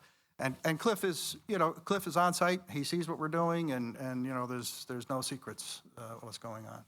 So that's my presentation, and I can't give you a when are we going to be done, because we need to get that excavation plan and get the dirt dug and do the sample. And I will say, the final status survey process is a lengthy one. It's very, very detailed, but we will get through it. And that's my discussion. Thank you, Matt, and thank you, Don. Few questions, I'm sure, from the group. I'll start. You said that 90% of the whole area is complete in terms of your sampling. Could you define what the whole area is? Yeah, when there's, unfortunately, I don't have the acreage in front of me, okay, but there's a parcel of land, I think it's, I can't even remember what it is, parcel B, I can't remember. The project manager that I work with is probably listening to this saying, Don, you dummy, you should remember what it is. But it's a certain number of acres, okay? And that entire footprint falls within this 90%, okay? And the remaining 10% is I can, if you go back to the slide number 5 that Matt had, I can show you. Was the boundary of the parcel defined by where the cesium was found, or was the No. boundary determined through like tax lot? That, kind of a- tax lot. Yeah. Tax lot. So basically, if you look at that, and I don't have a pointer, but if you look at the top, the middle to the left, there's a little red rectangle there. That's a plant building that's being deactivated and used. Just to the right of that, and you can see the building in the middle, it looks like an L. That chunk of land all the way out to the road, essentially, is the parcel that Holtec is considering doing a partial site release of, okay? So when we identified that we had contamination, I'll be perfectly honest with you, I've been there for many, many years, I was surprised. So this was not, we did not expect this. So because we didn't expect it, we said, stop. Now that entire parcel, that tax parcel, is part of that 90%. Okay, so we're looking at everything, okay? And when we're done, we'll conduct excavations, and then just, essentially, what'll happen is you will have, I mean, I don't want to say holes, but you'll have scrapes, you'll have holes, okay, that'll be left.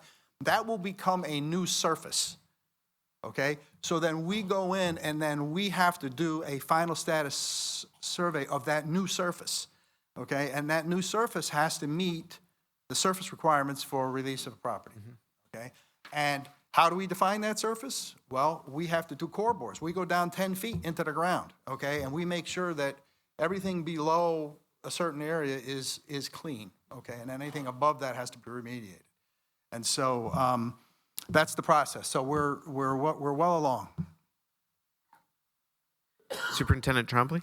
Thank you, Tom. Don, is cesium a byproduct of nuclear fission? I couldn't hear you, I'm sorry. Is cesium a byproduct of nuclear fission? Oh, yes, it is. So it could be something from a power plant. It could also be something from weapons grade. Correct. It's either weapons or not. Does your subcontractor on site have the ability to make the determination between a weapons grade cesium that's present or perhaps that from a power plant? Yes. It's not, let me just help a little bit technically. It's not like this is weapon cesium and that's not weapon. It's the same cesium. It looks the same, it acts the same, it behaves the same. And when you go around our site, and I actually, one of my consulting things that I did a few years ago was I did do a background study. And I did go several miles from the site. And we did look at the background on the site. And we have what's called reference background values. And those reference background values show not only cesium-137 from fallout, they also show strontium-90 from fallout. It's common in the whole world, actually, and it's common across the United States. And actually, it fluctuates state to state, area to area, based on the rainfall that happened to happen when the weapons went off, based on flow. There's a lot of variables. So you want to take your background samples in areas that are at least representative of the area that you want to release. And we have done that. However, in this context, background doesn't have as much meaning anymore because we are stating that it's impacted. So we have to resolve that down to the NRC approved levels. So it would not matter if it was weapons grade or? No. Okay. No, I mean, if we believed it was not impacted, as Greg indicated, if we came, which we did, quite honestly, I did think it was not impacted, but if we said it was not impacted, we would do our own due diligence just because that's what nuclear people do. And even though we're not required by the regulations to go verify that it's clean, we did that and we found that it wasn't, okay? Had we determined that there was no radioactivity present, then we would have chosen to demonstrate to the NRC that statistically there was no real difference between the fallout and what's in our ground. But at this point in the game, we have to just clean it up and deal with the regulatory limits. Thank you. You're welcome. Assemblymember Levenberg? Thank you. So what would the process be for cleaning the cesium up? And also, what safety precautions have been taken if you weren't even expecting to find it? as far as looking for it. Not sure about that last question. I don't know. Well, what as you're looking for it and you find that it, it's impacted, I guess I'm just kind of asking about the people doing the looking and what protection they might have or not have had Okay, I because can they weren't answer that. expecting to find it. And then another kind of related question, and to not exactly to that, but to some of the mitigation is when they're demoing the spent fuel pool domes. If there's going to be water used to mitigate the dust released into the air, how will Holtec be treating the water after it's used? Because it may or may not be contaminated with materials either to make cement or possibly radioactively contaminated materials. Okay. I lost track of, there was Sorry, like the first, good the three or first four one of it questions. was about looking for the cesium, not expecting to find anything, and finding that, plus maybe other stuff that you're sort of mentioning. And how are people protected? Okay, let me take one thing at a time. So the fact that we found this material in this area, we're required to do what's called a historic site assessment. Okay, and that historic site assessment uses paperwork. It uses interviews with old timers such as myself and others. We actually interviewed people who were in their 80s. Okay, to try and get an understanding of what happened and everything. It's not a perfect science. The NRC knows it's not. So you do your best. Okay, and in this case we were incorrect. So there are corrective actions in place that going forward. Okay. If we were to, as part of the final decommissioning, you have to survey you have to do the whole goddamn site anyway, okay? But now, knowing what we know now, if we were to pursue another partial site release, we would do exactly what we're doing right now. We wouldn't make an assumption that it was not impacted. We would assume that it's impacted and then prove otherwise. So we have that covered. With respect to the protection of the people, I did look at that. Our professionals on the site looked at that. The concentrations are so low that there's no hazard to anyone, including ingestion or inhalation. You can do calculations that show that you can. But belt and suspenders, we do survey the individual workers and their equipment to ensure that we don't have anything untoward happening, and we have not. There was another question. Well, just the safety in terms of mitigating the The fuel building? Is that it? cesium. How do you, okay, that's actually very straightforward. It's a very simple answer. You dig it up and you throw it away. I mean, I don't want to be ridiculous, Where? but Well, you dispose of it at an NRC-approved disposal site. I think we use one in Utah, right? Yeah, it just becomes rad waste. Well, like I said, it's rad waste, but it gets disposed of at a licensed facility, off-site. Don, I think It's what the every nuclear description- power plant in the country does. Don, I think the description that you gave earlier when you said, we scoop up the dirt and we throw it out, might have led folks to think of a yeah. big dump I truck wasn't that mean- just I has wasn't an meaning open to be gate. flippant. It's being It's, put into canisters that it are gets- regulated to take rad waste, yes? It gets into containers that are designed to hold this type of material, and it gets shipped as rad waste to approved facilities. And it's surveyed by qualified health physics technicians, et cetera. And the second part of the question was about the Fuel building? dome and the But I can answer it. dust in the water. Yeah. Okay, the way that would work, the way that, that's actually a straightforward decommissioning activity. What you would do is if we used, which we don't necessarily have to, but if we use water suppression to help control dust, the water would be collected, it would be put into containers, and it would be treated through our treatment systems, and the residual material would be packaged and shipped as waste. Radioactive waste in proper containers, properly surveyed, et cetera, et cetera. So, Yeah, but let's be clear, we're not doing that anytime soon. We have spent fuel pools with water in them that we have to resolve first. So that's not even a pertinent discussion at this point in time, to be quite honest. That's how we would do it. Thank you. County Legislator Ulai? Thank you so much. I really take issue with Holtec's casual tone for next steps that you want to see, from scheming in public about your intention to open an SMR, to now casually saying you want a data center. We take these questions really seriously as elected officials that represent this area. These are not casual to us. We care deeply about what happens next there. For you to just throw around terms as if they don't have real impact, that's really problematic to me. I don't want it to see a data center there. I want a real discussion about what happens there next. A data center would have really terrible impact on our natural resources in the region, our Hudson River, our environment, our energy costs, which people are already struggling with. It would completely drain and increase our electricity costs. I urge you to work with us, work with the community about what happens next there. I am very eager to see economic activity at that site to bring back revenue for the school district, for the village, for the town, for the county. Absolutely, extremely eager.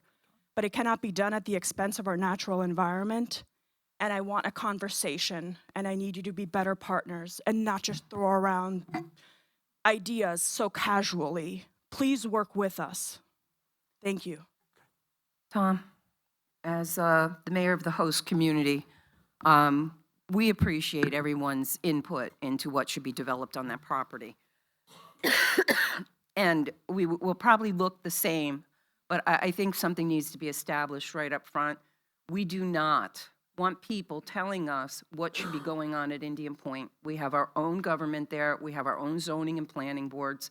So your comments are welcome. We'll listen. But I understand about the data centers. I very much understand that. Working with Holtec, they've been very transparent, and they've told us it's just an idea they threw out there. And seeing throughout the country what's going on with the data centers might not be a positive thing for that. But going forward, please, everyone, this is, I realize it impacts everybody, but this is the Village of Buchanan. It is our property. We have an opportunity to develop that.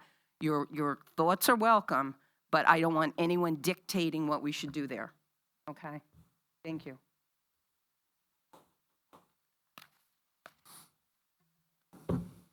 Yes, Larissa?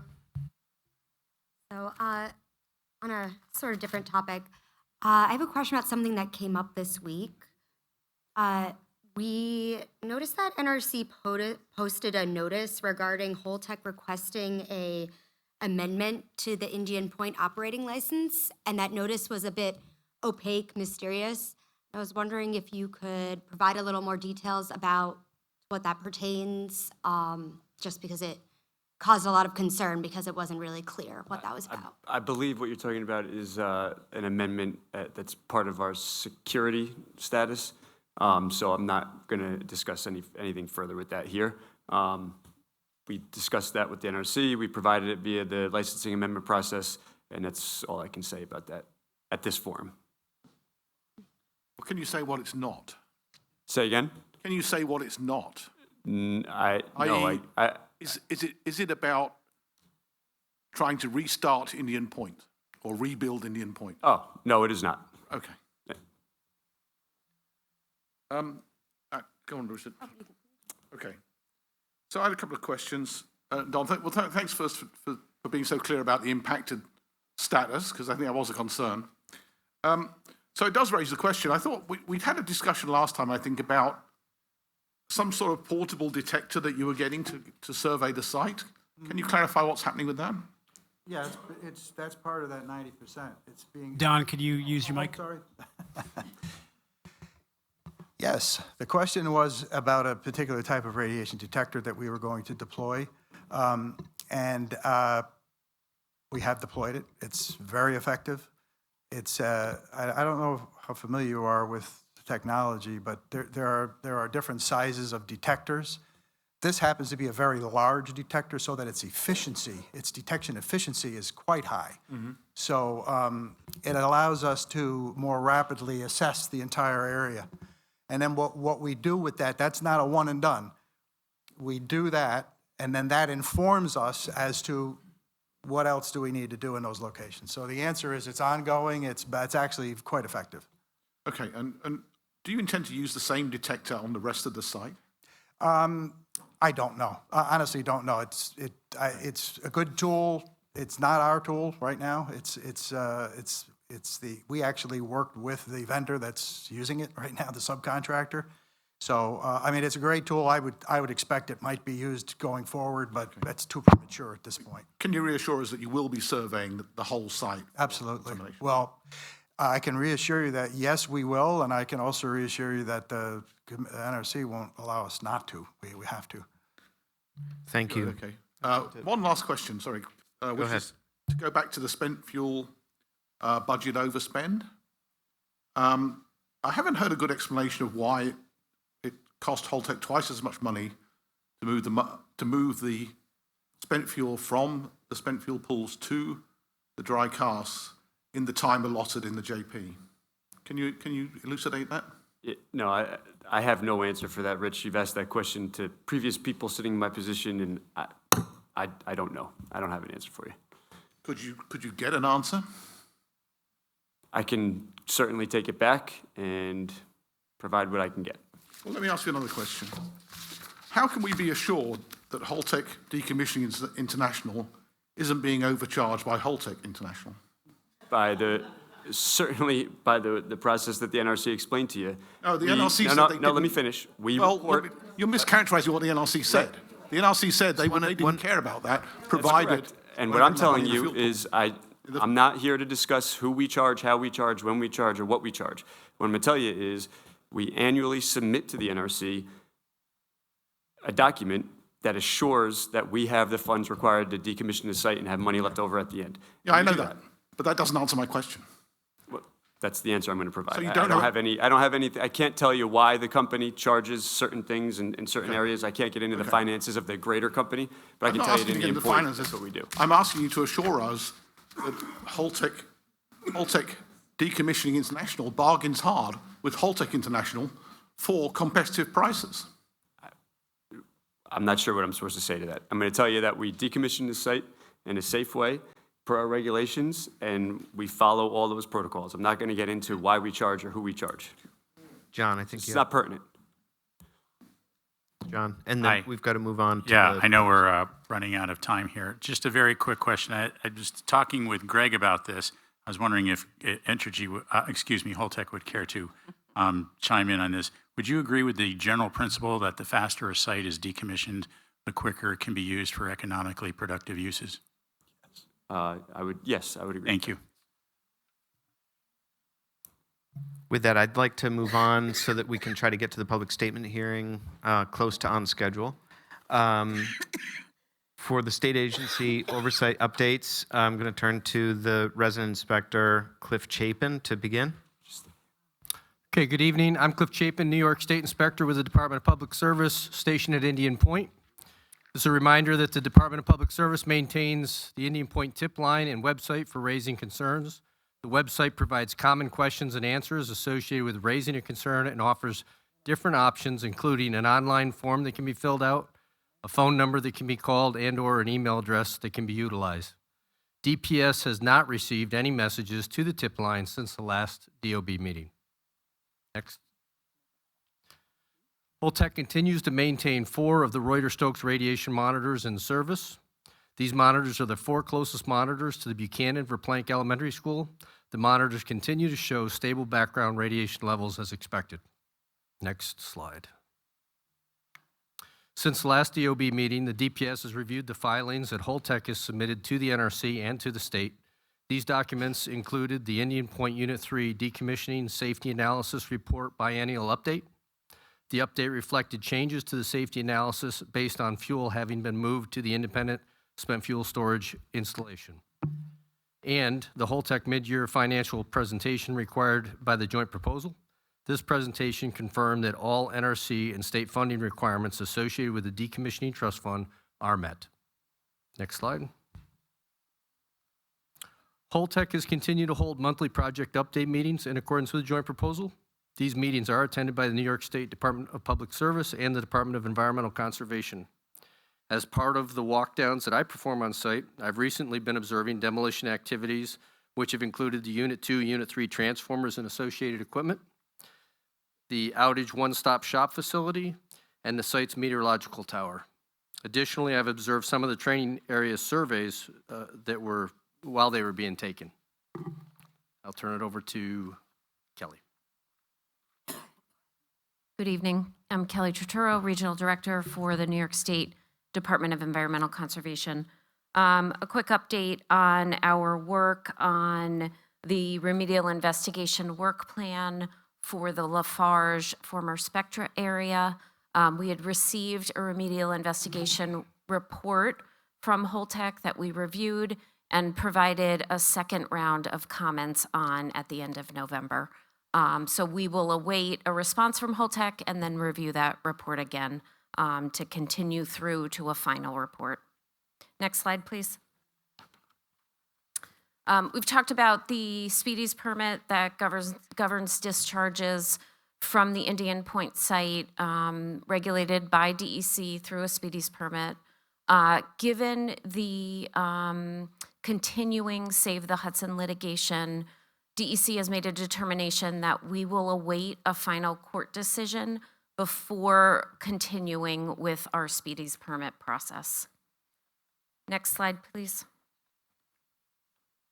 And then I just wanted to provide an update on another topic that we had discussed at a prior meeting, and that is the proposed updates to DEC regulations that govern water withdrawal permitting.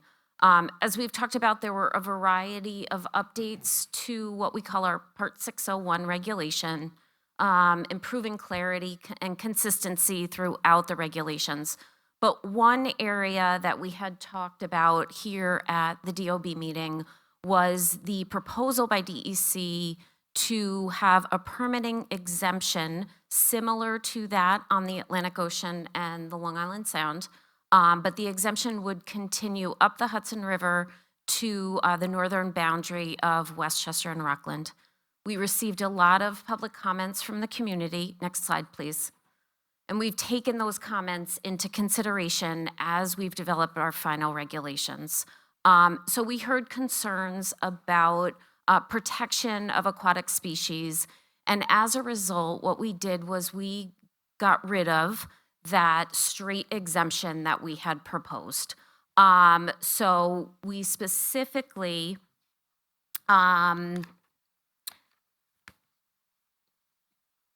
said in the regulations that there is no exemption for public water supply and desalination projects, and also require a Speedies permit to be in effect if a withdrawal is for cooling purposes.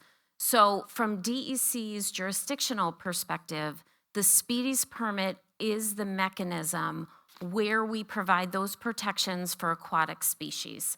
So I just wanted to thank everyone for taking the time to provide comments on our proposed regulations. We looked at them and we've made changes based on those comments. Those regs were adopted on November 14th, 2025. Next slide, please. Thank you very much, Kelly. Any questions for the state agencies? Yes, Larissa? Just a clarifying question. So the Lafarge site you referred to, is that another part of the site that's moving towards partial release? Is that different than the training building?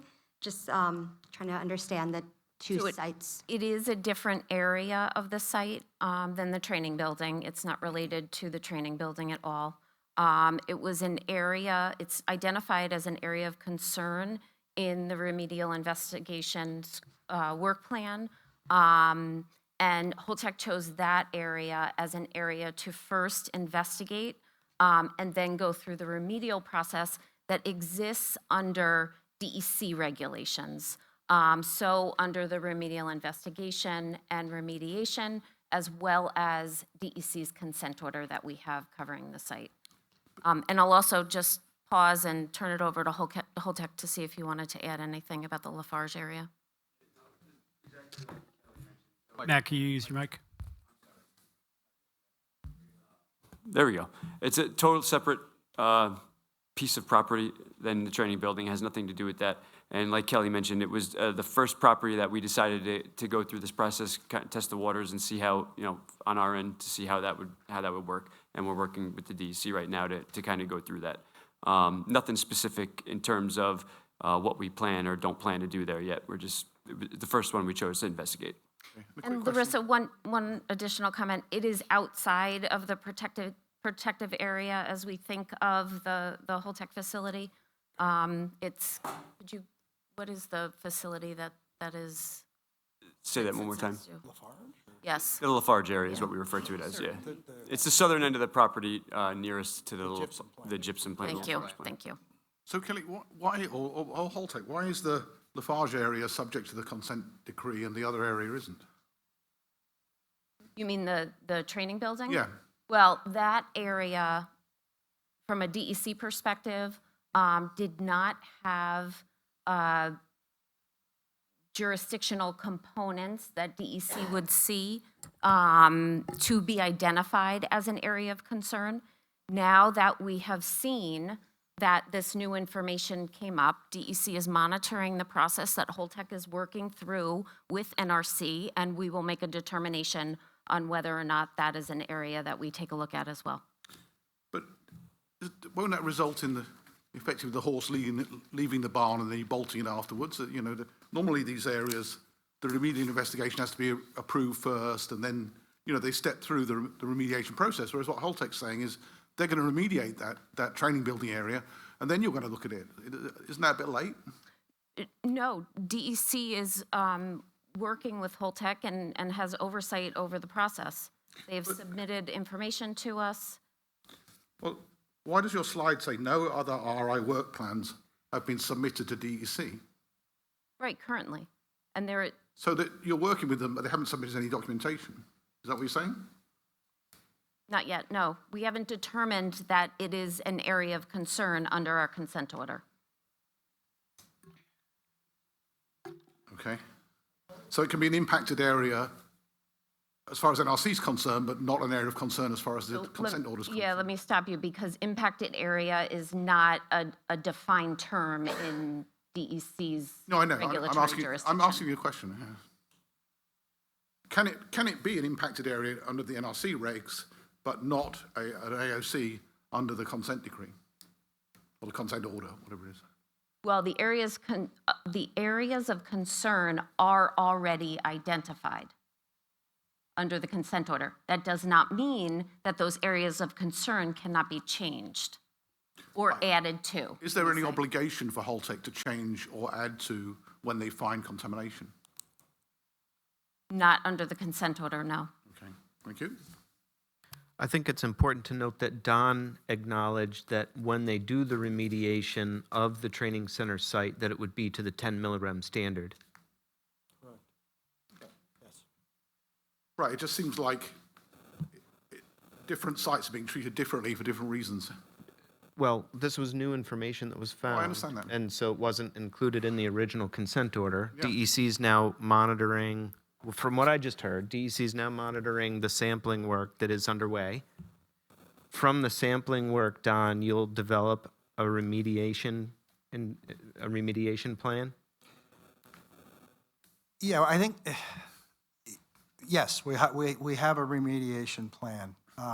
You have already developed the remediation plan, or will It's going to finalize? It's not finalized Right. until we get all So the after the samples. sampling is completed and you know the full scope of the region of the parcel that would be remediated, there will be a plan for the area that that was found to have the cesium. That is correct, yes. That would be a remediation plan. That is a remediation plan. Would that And its endpoint will be the final status survey. And I think, Kelly and I are sitting across the table from each other. I don't want to mix up terms, but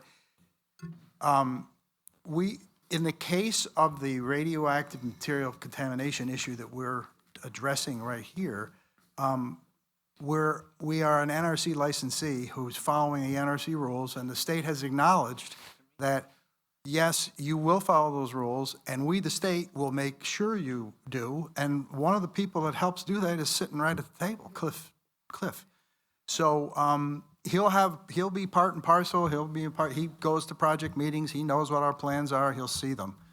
The AOCs that Kelly refers to, the DEC and the NRC, they have different regulations, as you can imagine, and they have different monikers and different acronyms.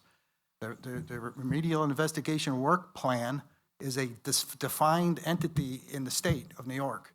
It's different from what we do with the NRC. They both go to the same endpoint. In the case of the NRC, it's different with the state. The state has different endpoint parameters, but we use those as our endpoint parameter, and we document that through final status surveys and the associated calculations. So that's it. So we will have a remediation plan. The state will be able to see what we're doing, and nothing different about it. Can I just say, is the difference that these other AOCs have chemical contamination? Yes. And the impacted area has radiological contamination? That is correct. So is that If there was an area, let me give you an example. Okay. What, is it Richard, here, I'll give you an example. If we have, and we may well, I don't know, I'd have to go back and look at the list, but if we had an area that the state, in conjunction with reviewing with, at the time, Entergy and Holtec, came up with an AOC that also happened to have radioactive material in it, well, we'd have two regulations.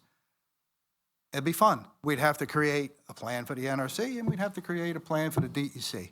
And then we'd get together, and we'd all talk about it, and we'd have a big plan, okay? It'd have two parts. In the case, the way the state manages the site is kind of from an efficiency point of view. They're looking at it in terms of chemical contaminations, oils, heavy metals, whatever their rules are. And the AOCs reflect that. If we ever have an AOC that has radioactive material contamination in it, then we'll have to have a remediation work plan that includes both. That's just the way, that's how it's worked out. But our work is completely open and transparent to the state. I mean, they're literally there watching us do it. Thanks, Don. I'd like to get to Mayor Knickerbocker, and then we do need to get to the public statement hearing. All right, Tom, I'll make this very quick. This is in reference to Mr. Trombley's comment. Mr. Trombley agreed. It's difficult times for our communities, and I know the school is almost 70% of someone's tax bill. What I do want to say to you, the Village of Buchanan lost 50% of our revenue. And so it has been traumatic. It has been tough going through that. In 25-26, we are going to lose $349,000. And, for the school budget, that's like nothing, but for our budget, it's substantial. And then 27, 26, 27, we're looking at another 232. So within the next 2 years, we're losing 500,000. So I'm in total agreement with trying to extend the cessation fund. I mean, every little bit helps. Thank God the school's been fortunate to get the additional $1 million funding. I think it's twice now. So I would ask our senator and our assemblywoman to please keep that in mind. These communities need support. And we are also facing substantial infrastructure work that needs to be done. And the only other thing is, I remember the previous superintendent being at the Community Unity. It was an informational group that Supervisor Puglisi had set up, and we did have somebody, the previous superintendent, that did participate. Okay. Thank you for that clarification. Okay, sure, no problem. Assembly member, and then the public statement hearing. The people, we have a long list of public speakers. And I know we have the state is oversight of the cessation fund, but in terms of the decommissioning fund, is there ever any consideration from NRC to help mitigate the local impacts? NRC?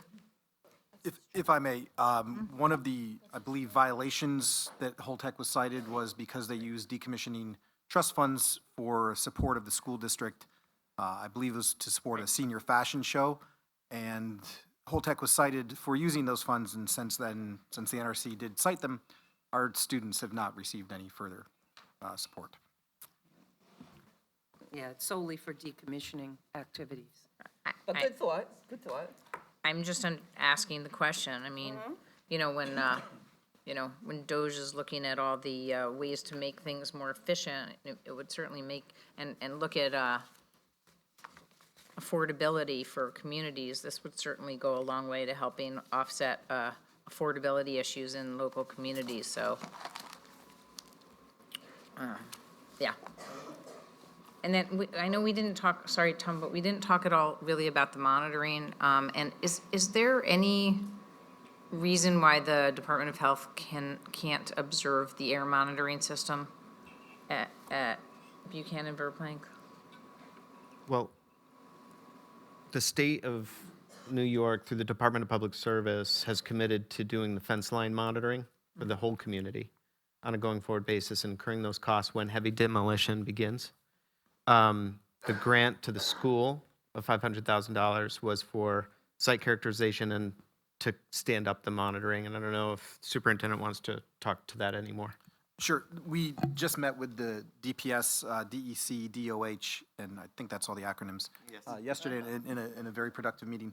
A status update on the monitoring since we last discussed at the table here. 7 out of 10 monitoring sensors have been spun up.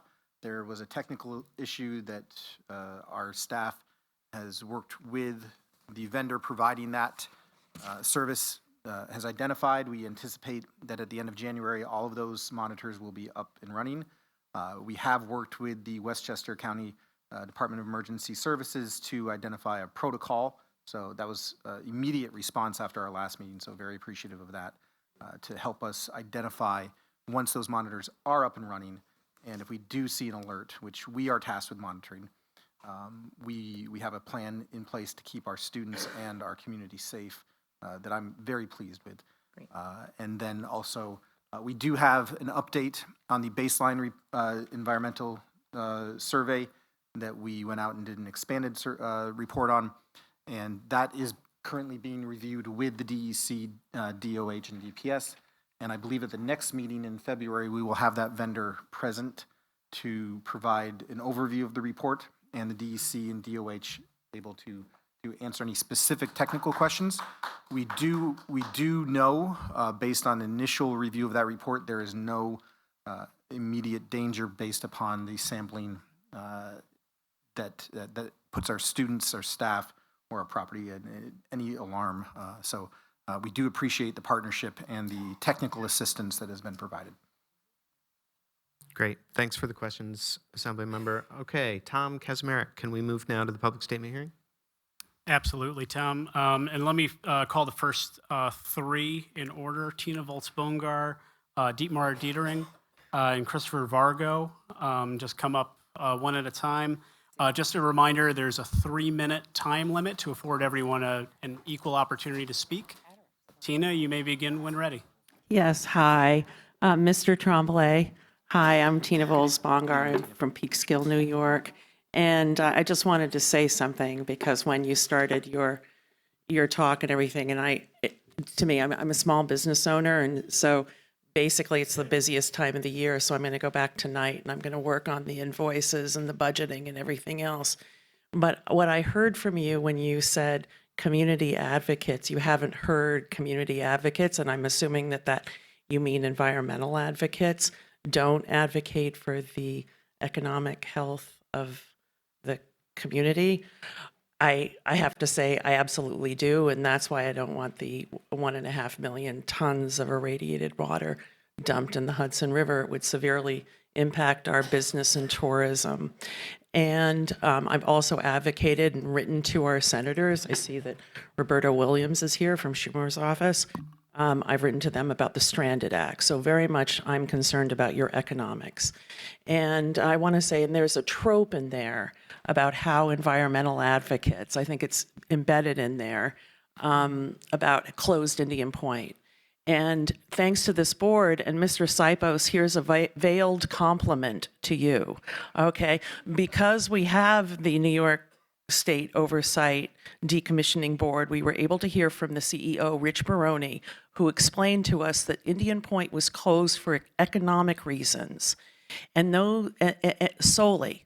And you can say, okay, well, that's because, and he pointed out, they chose not to bring the plant up to, environmental standards and everything else that was there. And I'd also like to point out that the governor now is making a $1 million salary working for the nuclear industry.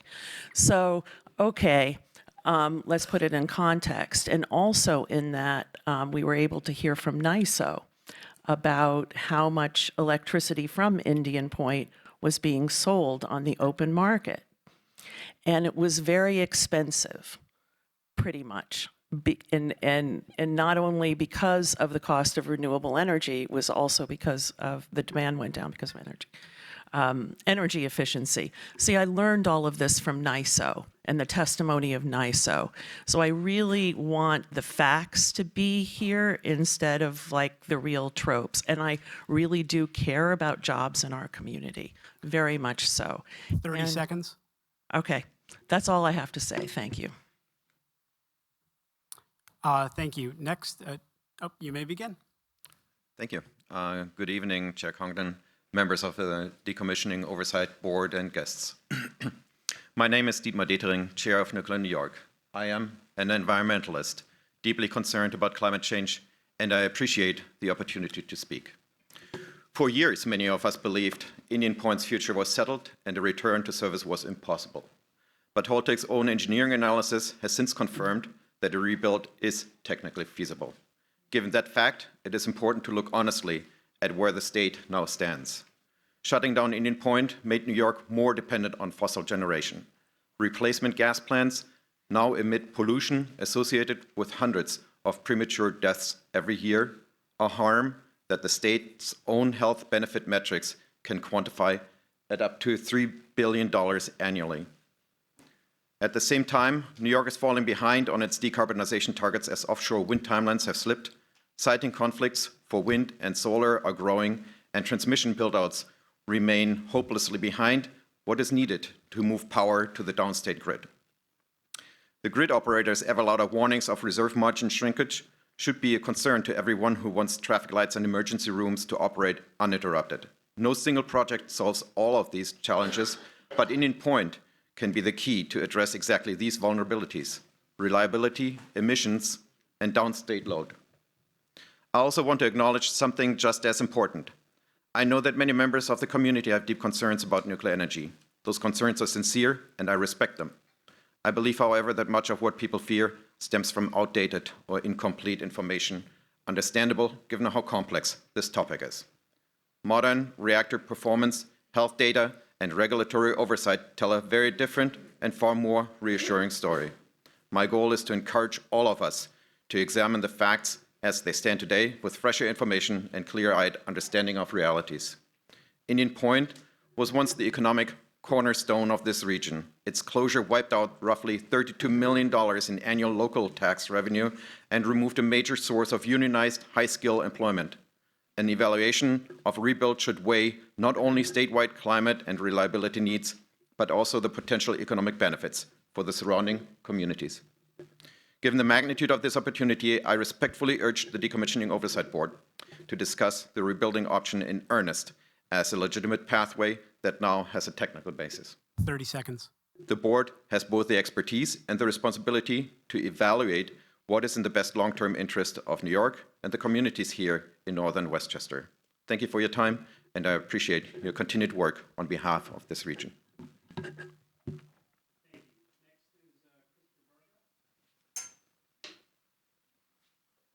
Good evening. Christopher is not able to come, so he asked me to read his statement. My name is Suzanne Johnson. Holtec's recent interest in releasing some of Indian Point's property to build a data center is an excellent opportunity for our community to get good-paying jobs and tax revenue. Chris completely understands the public's concern, and any project should be thoroughly investigated. But what makes this such a great opportunity for industries and public alike is the opportunity to build the first sustainable data center in the United States. With a large piece of property owned by the town of Cortland and bought with proceeds from allowing the gas pipeline to run through the town, right next to the proposed area of the data center, A solar farm could be constructed and supply power to a data center in the data center. The quarry, which is located on the same property, could be used as a heat sink. The quarry has over 30 acres of water surface, which could have floating solar panels that would help keep water cool and generate power for cooling equipment. What better way to use property that was purchased with fossil fuel money than to generate sustainable power? What better way to use the scars of past industries than to support new technologies? The funds generated by these projects will support our schools and supply good-paying jobs. Thanks and happy holidays. Christopher Varga. Thank you. Next is Mariko Fanning, followed by Amanda Victoria Mintz, and then Nancy Van. Is Mariko with us this evening? Okay, next is Amanda Victoria Mintz. Amanda? All right, Nancy Van.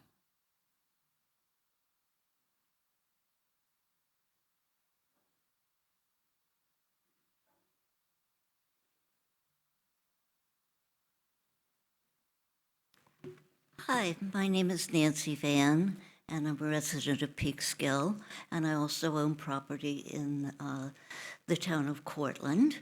And the gas pipeline that runs through Indian Point also runs through our property in Cortland. So I'm very aware of some of the problems with the Indian Point site. But what I would like to talk to you about tonight is the money that is being spent by Holtec without adequate supervision. I spent decades as a Wall Street attorney filing financial statements with the Securities and Exchange Commission, and we had to account for the way money was being spent. It had to be in the budget. It had to be disclosed publicly. Holtec is so far a privately held corporation, but it is now going to be, it has announced that it is launching its initial public offering of its stock. I hope that that will bring a little bit more transparency to Holtec, but I also want to mention that as a trustee of the trust fund, there are certain financial responsibilities that are placed on a trustee. Conflicts of interest should be avoided, like when a company sells products to itself, perhaps at an inflated price. And there are fiduciary duties of the trustee to make sure that the purposes of the trust will be fulfilled. Now, Holtec assures us that there's plenty of money, that they aren't going to run out of money for decommissioning the site. But for most projects like this, there are interim goals. We have no idea of how much of the decommissioning work has been done in terms of a percentage of the work that has to be done, a percentage of the cost of that work. 30 seconds. And we have no idea how much is left to be done. And I think that we need a little more transparency, particularly for a company that is asking the public to invest in its stock. And I hope that there will be more transparency going forward. Thank you. Thank you. Next is James Rogulski, followed by Jacqueline Drexler and Eric Dawson.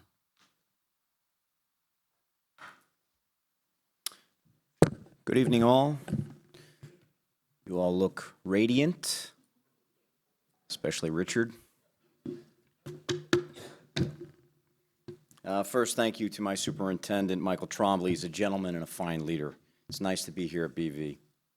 My name is James Rogalski, and I'm a 20-year veteran English teacher at Hendrick Hudson High School, and I'm the teacher union president. I've spent half of my life serving this community. I also had the privilege of performing The Pigeon Rides the Roller Coaster to a riotously fun audience of kindergartners from Ms. Pal Kolish's and Mr. Pinn's classes last year right down the hall. There is nothing like the sound of children's squealing laughter. Nothing. So I got a story to tell. Last year I learned that Lenny, one of my favorite students, and I know I'm not supposed to have favorites, but despite what some of my other students say about me, I'm human. I learned that Lenny worked with his father as a painter to help out the family and to save for college. After he graduated, I shook his hand and got his number, and then I gave him a call to bid a job at my house. My pièce de résistance, a beautiful front porch that I built with a mentor of mine about a decade ago, was in need of a fresh paint and stain. My house that I live in now was my grandfather's house, which he built, which is close by to my parents' house, who I'm very lucky to say are still alive. Now, when Lenny and his father came to see me, we had coffee. The two of them live around the corner in Buchanan. It turns out being a professional and cordial and hardworking didn't stop the taxes on the house they owned to rise from $8,000 a year to more than $12,000 a year in a 3-year period. Lenny's father was considering selling and moving north. And this may sound crazy, but it's my opinion Lenny should have the opportunity to buy a house around here someday to be near his father, just as I did. And his father shouldn't have to leave a community he loves because of ridiculous tax increases caused by all this malarkey. The lack of planning for a future without Indian Point by the bureaucrats that closed it disgusts me. 30 seconds. They weren't affected then, and they're not affected now. A school district, its students, its teachers, its community should not suffer at the calloused feet of giant corporations and inept governments. And inflation is real and compounds this issue. The problem regarding the schools is easily remedied. Secure a larger fund to be drawn down over a longer period of time so the schools in this community can stabilize and thrive. Instead, we sit here listening to bickering by moneyed interest. Holtec, which apparently can charge itself double to make double the profit, New York State, Riverkeeper, and the federal government via the NRC. Mr. These interests who ignore the schools, I'm almost done. These interests who ignore the schools in the community while their bloated trust fund grows like poison ivy around the trunk of an oak tree. I'm an English teacher, remember. There's a metaphor here. Thank you. Mr. Rogalski, are you Joking wrapping its up? magnificence, do what is needed and is your job and what is right. Secure funding to secure Hen Hud's future. Thank you, Ms. Drexler, followed by Eric Dawson and then Lisa Anderson. I could have ceded some of my time to him because I'm going to be brief. So thank you for this opportunity to speak tonight. Jackie Drexler from Valley Cottage, New York. I'd like to start off by saying that I've heard that Holtec had an agreement to provide certain parts, physical samples called coupons and other parts of radioactive materials to the NRC for some sort of evaluations that could end up bringing a deeper understanding of the life of reactors and of safety, and I'm wondering if they're going to be doing that. The next little thing I'd like to talk about is all of these violations. So, you know, in any situation, there's something called cumulative effects. So it's not just that they had a violation here on this topic and a violation there and then maybe another one here. We're talking about violations that are at Indian Point, that are at the Pilgrim plant in Massachusetts, that are the Oyster Creek plant in New Jersey, and that are at the Palisades, Michigan plant, where, you know, a worker recently fell into the vat. So I'm wondering about cumulative effects. The next thing I'd like to talk about, and I'm going to just move right along. You know, we talked about these canisters that weren't approved. Now, they may be considered safe, maybe it wasn't an issue of safety, but they weren't approved. And the NRC says it's over 10 casks or canisters, and that it's at multiple sites, but they won't divulge. Now, we have all heard that it's more like about 350 canisters dispersed around the country, and I would actually like to know the answer to that, because some of these changes may actually create harm, especially the ventilation change and the height. This could create a serious, serious harm. So the other thing is, I've got to go back to this. NRC does not regulate the costs of Holtec. So who is regulating Holtec when they're double dipping into paying themselves from their own company and making tons of money on their own products? How many times can they keep on doing this and still keep that trust fund really going? 30 seconds. Eventually, they won't. And my last thing is about the actual cleanup of the cesium. It was said that the cesium waste would be packed up and shipped out. I'd like to know to where. Where does the waste from Indian Point end up?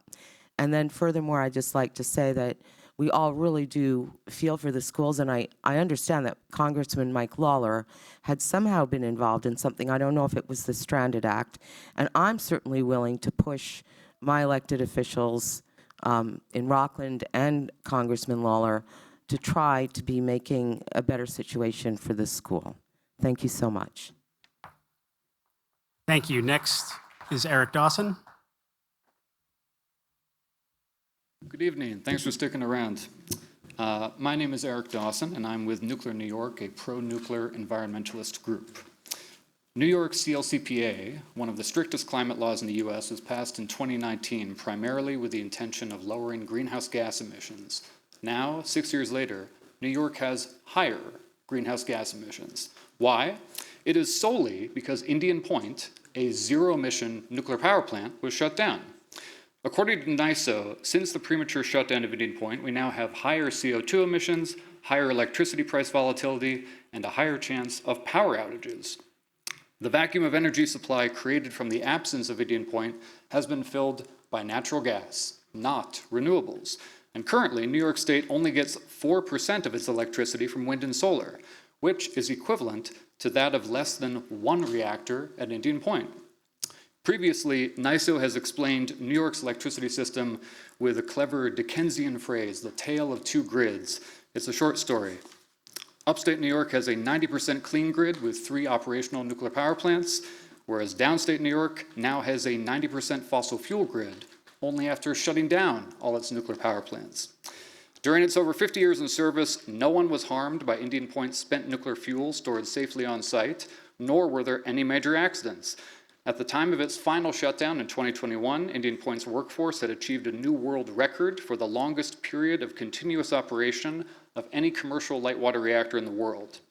In my humble opinion, prematurely shutting down the most reliable source of zero-emission power to America's largest city was the worst energy decision in U.S. history.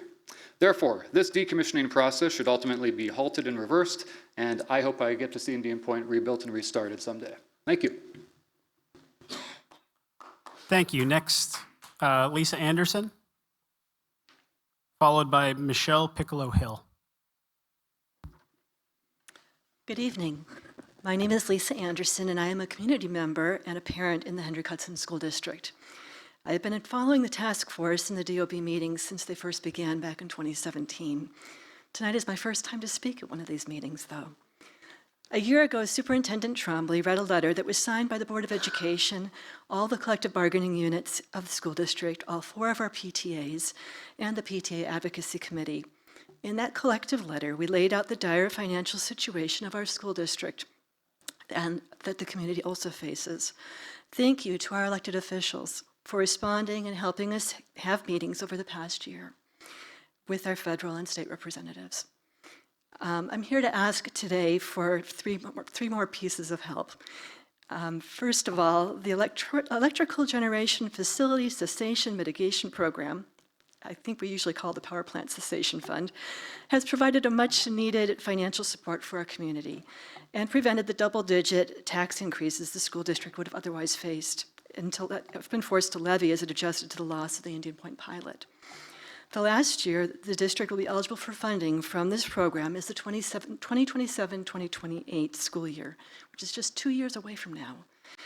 With delays in decommissioning and the extended time frame to release the property for redevelopment, an extension on these funds would be incredibly helpful. There is currently a bill, S-649, that extends the mitigation program from the current 7 years of eligibility up to 10 years. The Assembly companion bill is A-3626. Please help us advocate for an extension to the Electrical Generation Facility Cessation Mitigation Program. Second, the Stranded Act was last introduced at the federal level in both houses in 2021. Its purpose is to provide relief to communities like ours. It has died in committee each time it has been proposed. There is serious money that we would qualify for if the Stranded Act passes. The rate of impact assistance payments for communities storing nuclear fuel has been set at $15 per kilogram of spent fuel. Indian Point has 1,773,900 kilograms of nuclear waste. That would make us eligible for a grant of $26.6 million per year. There are approximately 80 communities in 34 states across the country where spent nuclear fuel is being stored after it has been removed from a commercial nuclear reactor. 30 seconds. Let's work together with these other communities to get the Stranded Act reintroduced and passed. Third is the proposed REACT Act. It's H.R. 5803. The NRC's rules prohibit Holtec from using the trust fund, which has grown from $700 million to approximately $3 billion, to aid local school districts or communities. It is incredibly difficult to find out how nuclear power plants are using their decommissioning trust funds. H.R. 5803 would require reporting on the earned interest, the projected annual rate of return, and would require detailing the expenditures made for the decommissioning activities using withdrawals from the decommissioning trust fund. To our elected officials, please meet with the federal representatives and advocate with us for the Stranded and the REACT Act. My final request is to the DOB to invite our federal representatives to the next meeting, where they could present on what they are doing to help us with regards to Indian Point. I know they sent representatives today, many of them, but I'd like to hear from them as well. Ms. Anderson, are you wrapping up? Thank you. We must work together to find solutions to the challenges we face. Our children and our future deserve it. Thank you.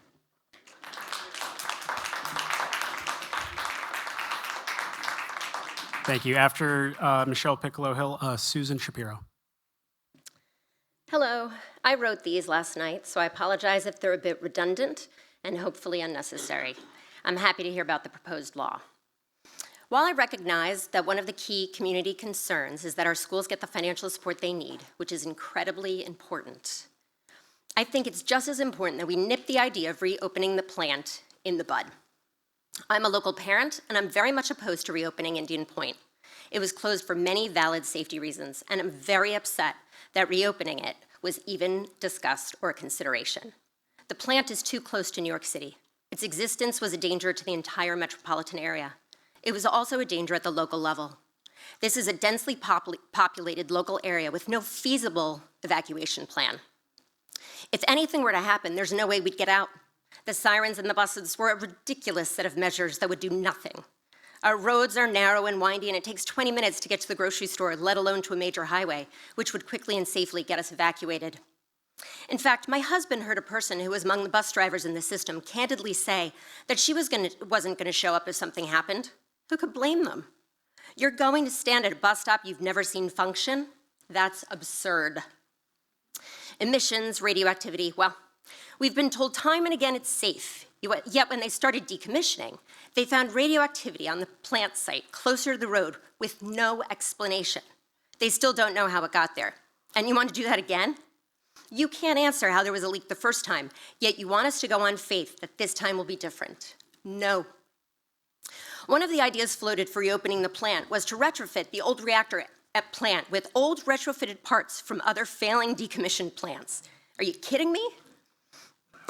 That's like asking us to buy an old clunker car with parts from other old cars. No, thank you. With regard to safety and releasing water into the Hudson, I've heard time and again how a banana has more radioactivity than the river. If it's safe, I'd like to watch you go use the water, which is used recreationally by our families, children, and people, as the radioactive water is being released. I have a feeling you wouldn't be so willing with your families. It's very easy to play with a future when it's not yours or your children's. I'm a no to rebuilding Indian Point. And lastly, after listening to your comments tonight, one additional question. How can the NRC ensure and determine that Holtec has enough money to safely complete decommissioning?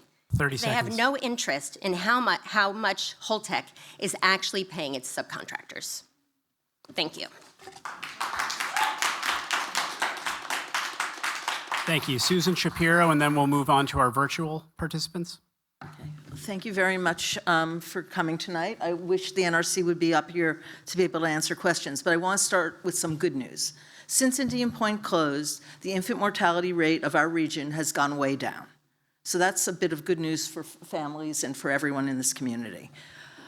With regard to the needs of the school district, I agree with you that it's ridiculous that Holtec is getting money from the DOE to store the waste that is a burden to this community. That money should be given to the school district and to this community. It shouldn't be held by Holtec.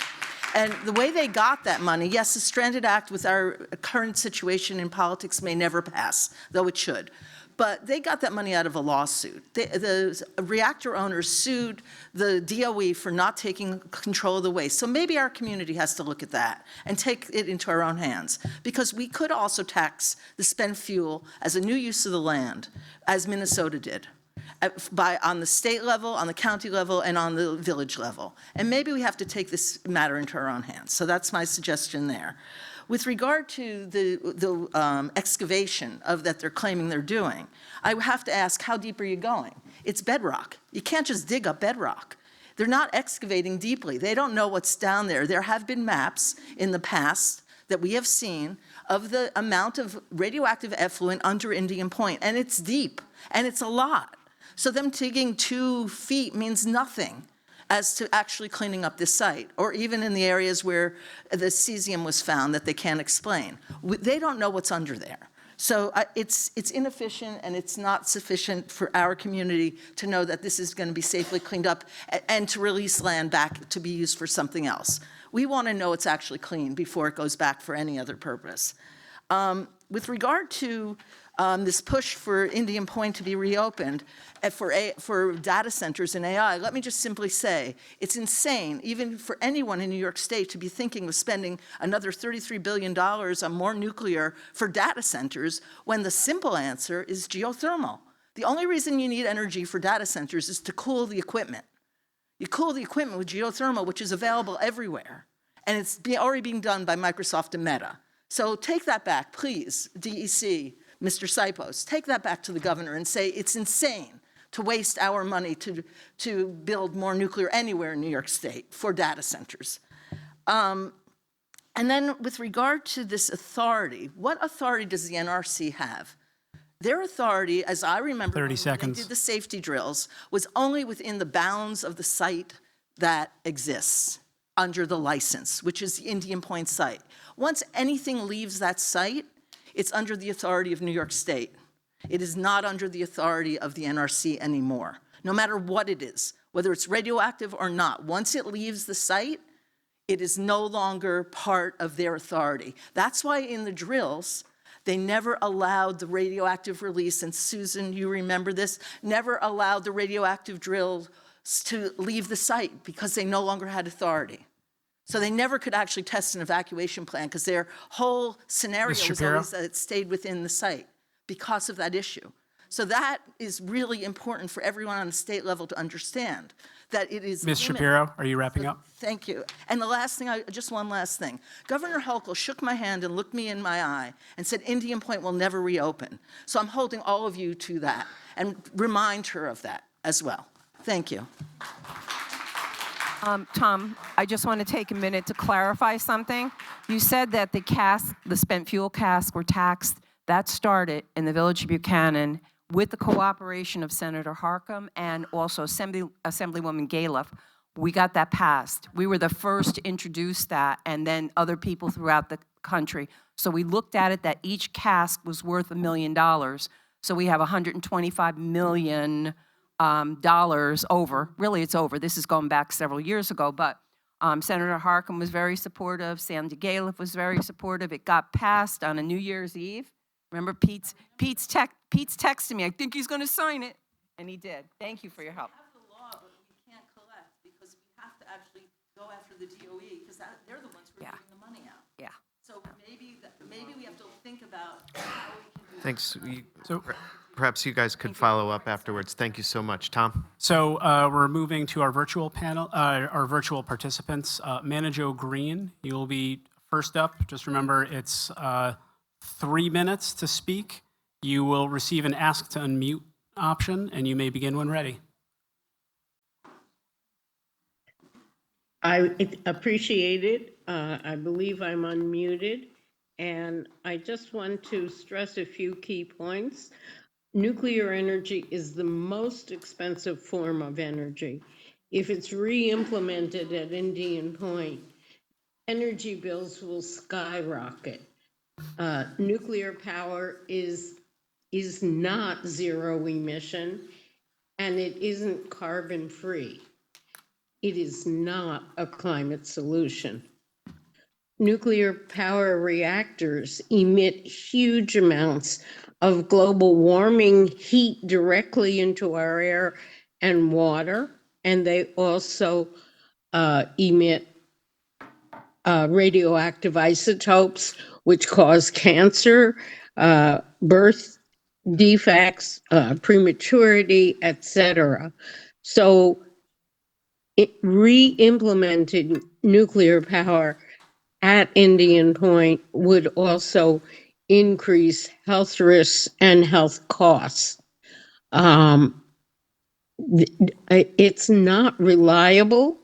There have been instances where during storms or drought, the reactors were either forced to shut down or did so voluntarily because it was dangerous to keep operating. I'm particularly concerned about a storm surge on top of sea level rise, which is predicted by climate scientists.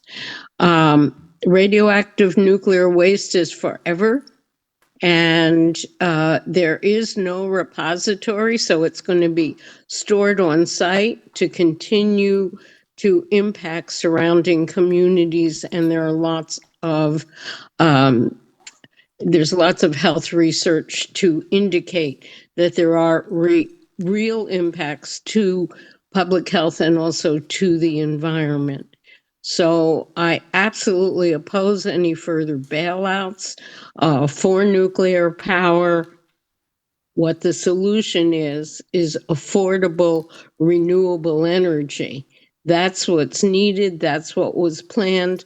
The governor really has not done anything to move the renewable energy agenda 30 forward. seconds. And in my last 30 seconds, I want to thank Richard Webster, and I also want to thank Tom Congdon. I think you do an excellent job of moderating a very conflicted topic, and thank you all. Thank you. Next is Susanna Glidden, followed by Jocelyn DiCrescenzo.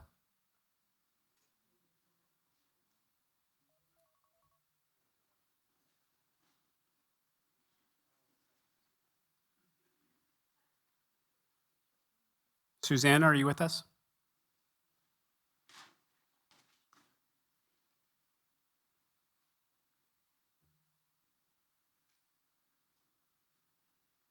All right, we're going to move on right now to Jocelyn DiCrescenzo. Hello there, do you hear me? Oh, I'm sorry, yes, we can hear you. Thank you so much. Good evening. Data centers have been way overbuilt in the country and under the public's radar. They're gobbling up our electricity and using up our finite amount of fresh water. We cannot support any more data centers that profit only the billionaires while sending our electricity rates sky high. Climate cannot wait. We have a global warming emergency. We ratepayers and taxpayers want, as Mana Joe said, no more bailouts of old nuclear and no new nuclear built. The various things that account for our strong feelings, nuclear power reactors emit huge amounts of global warming heat right into our air and water. They release radiation, causing cancer, increases health risks, raises healthcare costs, and as Mana mentioned, the waste is forever. There's no repository for the current radioactive waste, forcing environmental justice and indigenous peoples' communities to be keepers of the waste. Money spent on nuclear power, the most expensive energy choice, is money not spent on renewables. Clean, renewable energy plus storage and efficiency are the least costly, the least harmful energy choices, and the fastest to install. Fortunately, Propel New York Energy will create New York State energy. Only renewable energy is suitable for installation at Indian Point. Thank you. Thank you. Next is Jocelyn DiCrescenzo.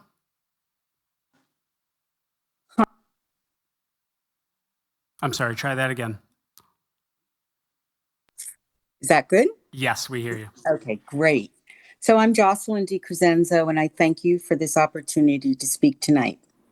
In 1974, the Atomic Energy Commission split with the Energy Reorganization Act, creating the NRC and the Energy Research and Development Administration in 1975. The ERDA later became part of the Department of Energy in 1977, separating nuclear energy regulation from energy development. Today, 50 years later, we are going backwards in time instead of forwards with the NRC's updated mission statement based on Executive Order 14300 and the Advance Act.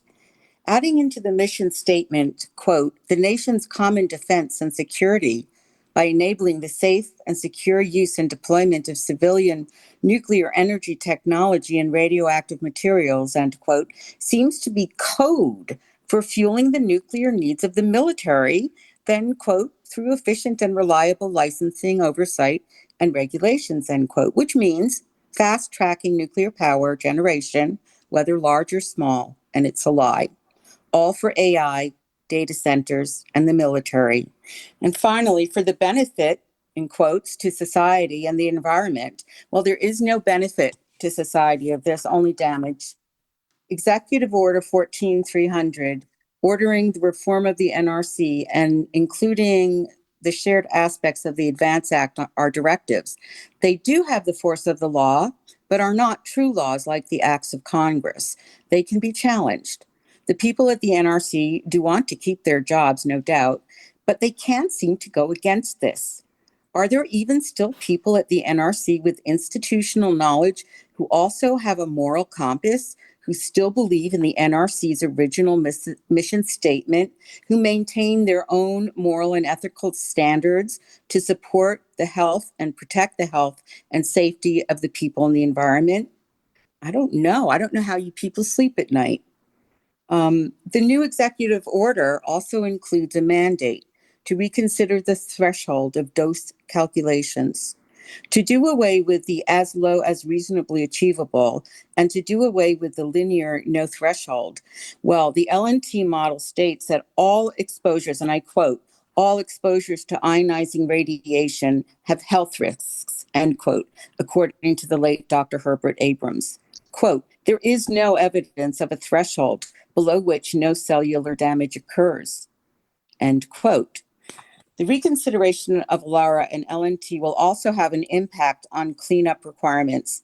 I quote Alfred Meyer, relaxing the exposure standards for both nuclear workers and the general public is allowing for the acceptance of much greater exposure, and cleanup requirements will be reduced, allowing for much more radioactive contamination of our 30 environment. seconds.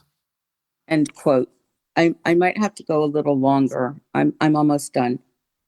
The new executive orders weakness the NRC's ability to truly have diligent oversight of existing reactors and encourages the fast tracking of unproven experimental SMRs and ANRs, allows for the relicensing of embrittled power plants past their expiration dates without inspections, and will lower health and safety exposures for workers and the public. All of these issues combined will put millions of people at risk from a potential meltdown to contaminated drinking water. This is not for the public's benefit. In regard to Holtec, the NRC continues to dole out low-level 4 violations with no consequences to Holtec. Holtec is an exceedingly duplicitous and dangerous company. They need serious oversight, and that is not forthcoming from the NRC. Now, I don't know, does the NRC need oversight too? Ms. DiCrescenzo. I will finish. I'm just saying that this has been a very disappointing meeting. Listen, it's like looking at the Three Stooges. Thank you. Thank you. Next, Susan Van Dolsen, followed by Courtney Williams.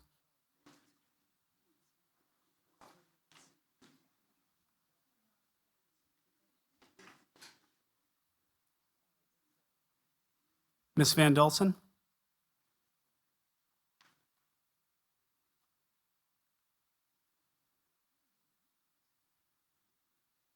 Okay, we'll move on to Courtney Williams.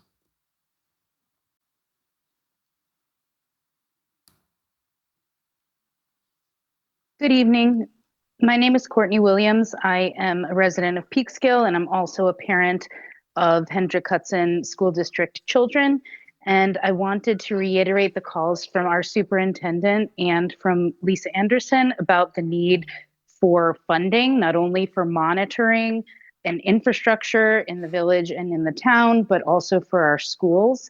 And I strongly urge this board to begin working more closely with our federal elected representatives, both in Congressional District 16 and 17, so that we can bring to bear the resources of the federal government, such as it is, to help our community through this time. I also wanted to just point out a couple of factual things that I think are getting lost. The NRC showed the example of Crystal River as a site release for reuse. Let's be clear, Crystal River is about 5,000 acres in size. Indian Point is about 240 acres. That's a 20 times difference. The area that's being released at Crystal River is 600 acres. That's almost 3 times the entire size of Indian Point. So I think we need to remember that Indian Point is one of the smallest footprints for a nuclear plant in the United States of America, and act accordingly.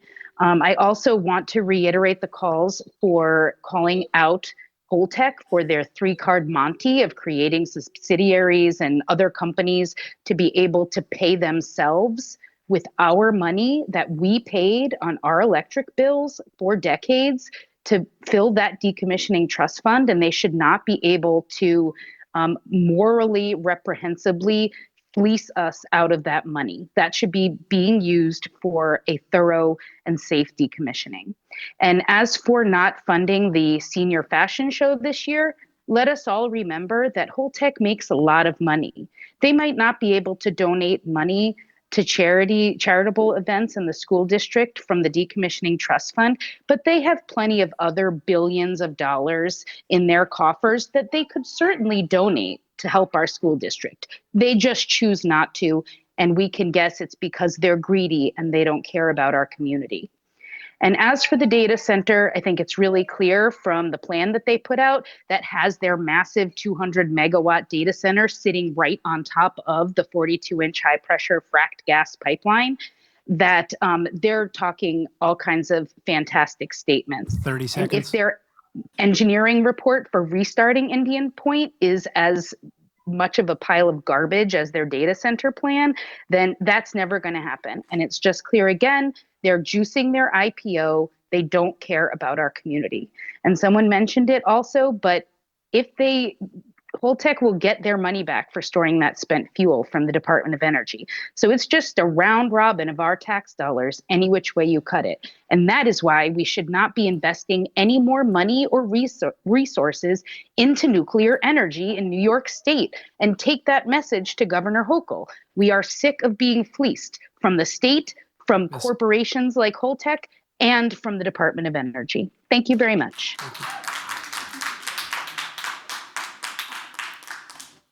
Next is Michelle Lee, followed by Paul Gunter.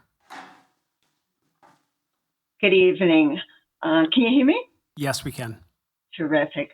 Yeah, I was going to pretty much make the same point that was just made. So let me switch gears and travel back to earlier in the meeting to talk about an inspection report that the NRC representative skirted, because I think it's an example of what's going on behind the scenes that most members of the public and public officials don't have the time to know about. So back in October 2024 inspection report of Holtec's manufacturing facility in New Jersey discovered that Holtec made unauthorized changes to the design of certain series of its high storm storage system casks. So in making the unauthorized change, Holtec failed to conduct a proper analysis for approximately 2.5 years, failed to maintain adequate records, and failed to recognize that the overpack design change could raise risk under normal operating conditions. So one of the big issues was rainwater could enter through either the inlet or outlet vents, and that could be undetectable by operator staff performing normal surveillance. The design change created a low point for the water collect after normal rainfall, which resulted in the potential for 100% of the inlet vents to become blocked. So what's key about this is Holtec had determined that would be a non-credible event. And the NRC inspectors noted, no, not only was it a credible event, but short periods of that had actually happened in other parts of the country. So the relevance from a safety point of view is that the blockage of the air vents could result in fuel within the canister inside the cask, exceeding temperature limits and pressure limits. So that's one thing that's relevant from a safety point of view.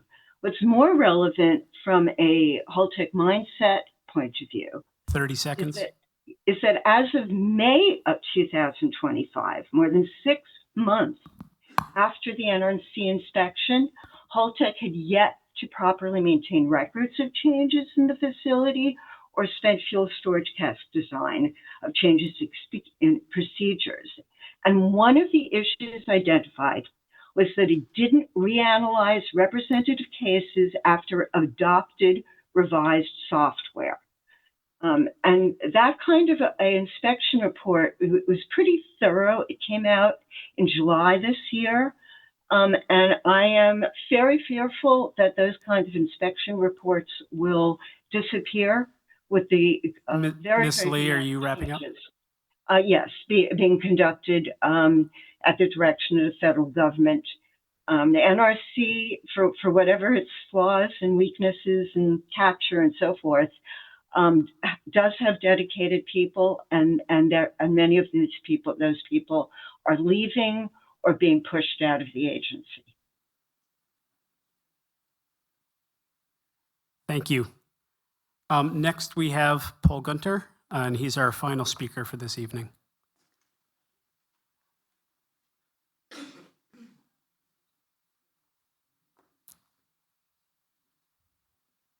Mr. Gunter, are you with us?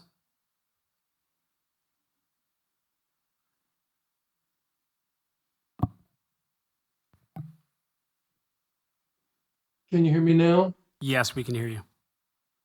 Okay. let me see, I'm getting an echo.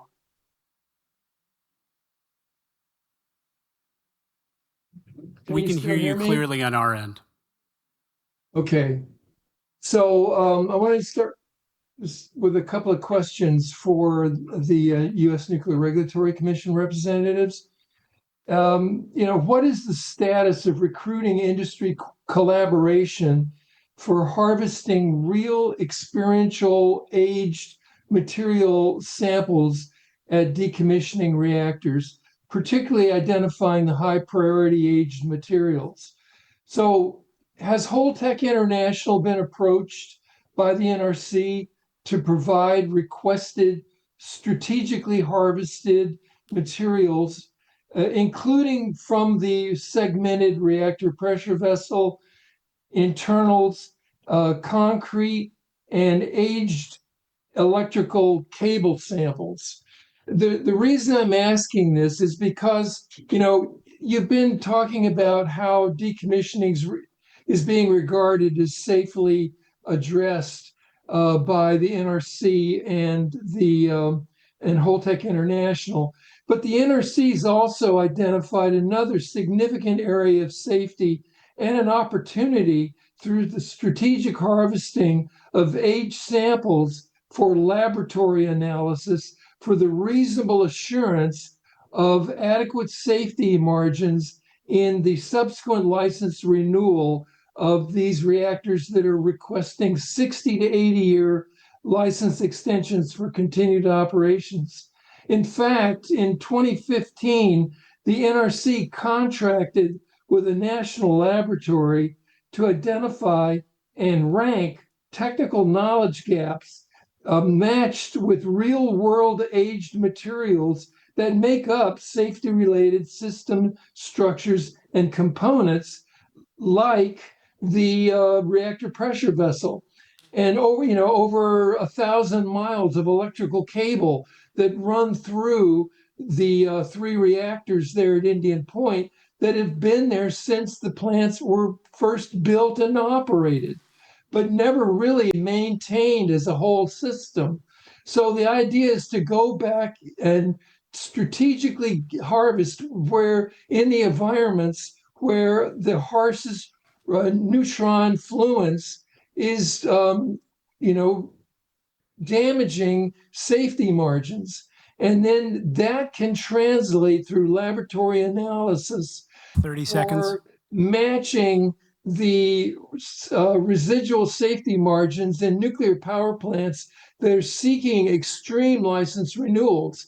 Indian Point is 46 years old for Unit 2 and 45 years old for Unit 3. These are ideal candidates for strategic harvesting related to running these plants well beyond their original 40-year license and the damage that's been done by that.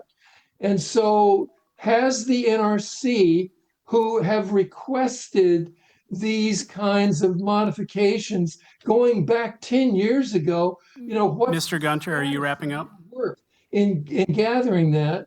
And has Holtec or any other nuclear operator collaborated with the NRC for gathering these strategic samples? Thank you. Thank you. That concludes our public statement hearing. I'll turn it back to you, Tom. Thank you, Tom. And to Mr. Gunter,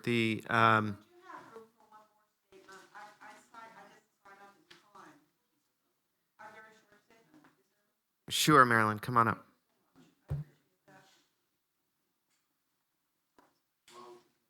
And for Mr. Gunter, the questions that are posed during the public statement hearing are recorded, and we will endeavor to get answers from the NRC on your questions and post them on our frequently asked questions page on our website. Thank you.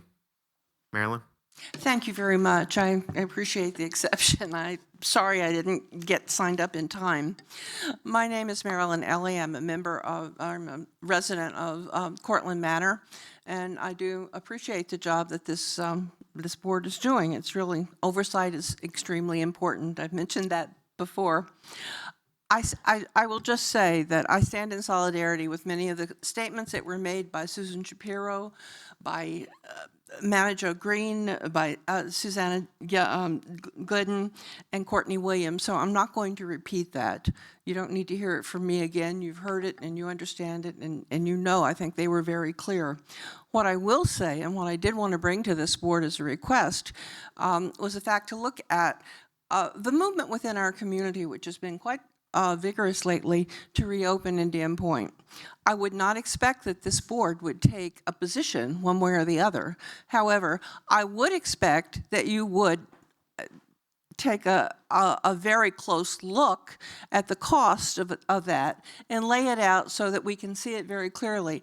My impression from what I saw tonight was that the plant has been dismantled to a point that it can no longer be restarted. I don't know, some people would say, well, you could put enough money with it and anything can happen, which is true.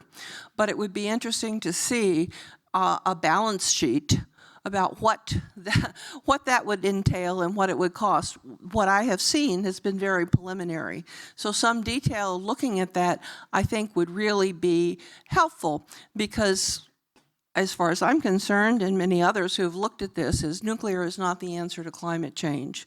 It's too expensive, it's too short, it takes too long to build, and it's not what we need in regard to passing on a clean environment to future generations. The other thing that would be very helpful, because we hear it over and over and over again, is that nuclear is zero-free emissions, and that's also not true. It is not zero-free emissions, and if I would love to see this board take a position on that. It's in the NRC literature and many other places. When you look at the life cycle of any fuel, which is how you need to evaluate any fuel, nuclear or otherwise, is the whole life cycle. And it would be so helpful to be able to put an end to the myth that nuclear is zero-free. It's not, and if the board could take a position on that, I think it would be very valuable to our community. The last thing I would like to mention is that there are two sources of electricity, clean electricity, that will soon be there. One is Chippy, which finally, after all these years, will be coming out, and that will be producing as much electricity as one of the units at Indian Point. And while New York has Ms. Ellie, please been begin to wrap terrible up. about going on about meeting the CLIPTA goals, this finally will be something that will be very helpful. And the other thing is the electricity program Ms. that's Ellie, we're coming over up time. in New Rochelle. So we have electricity, we don't need nuclear, and if this board could make clear the cost of restarting Indian Point and the fact that that nuclear is not energy free, it would be very helpful to this community. Thank you. Thank you, Ms. Ellie. You could go to the final slide, 23.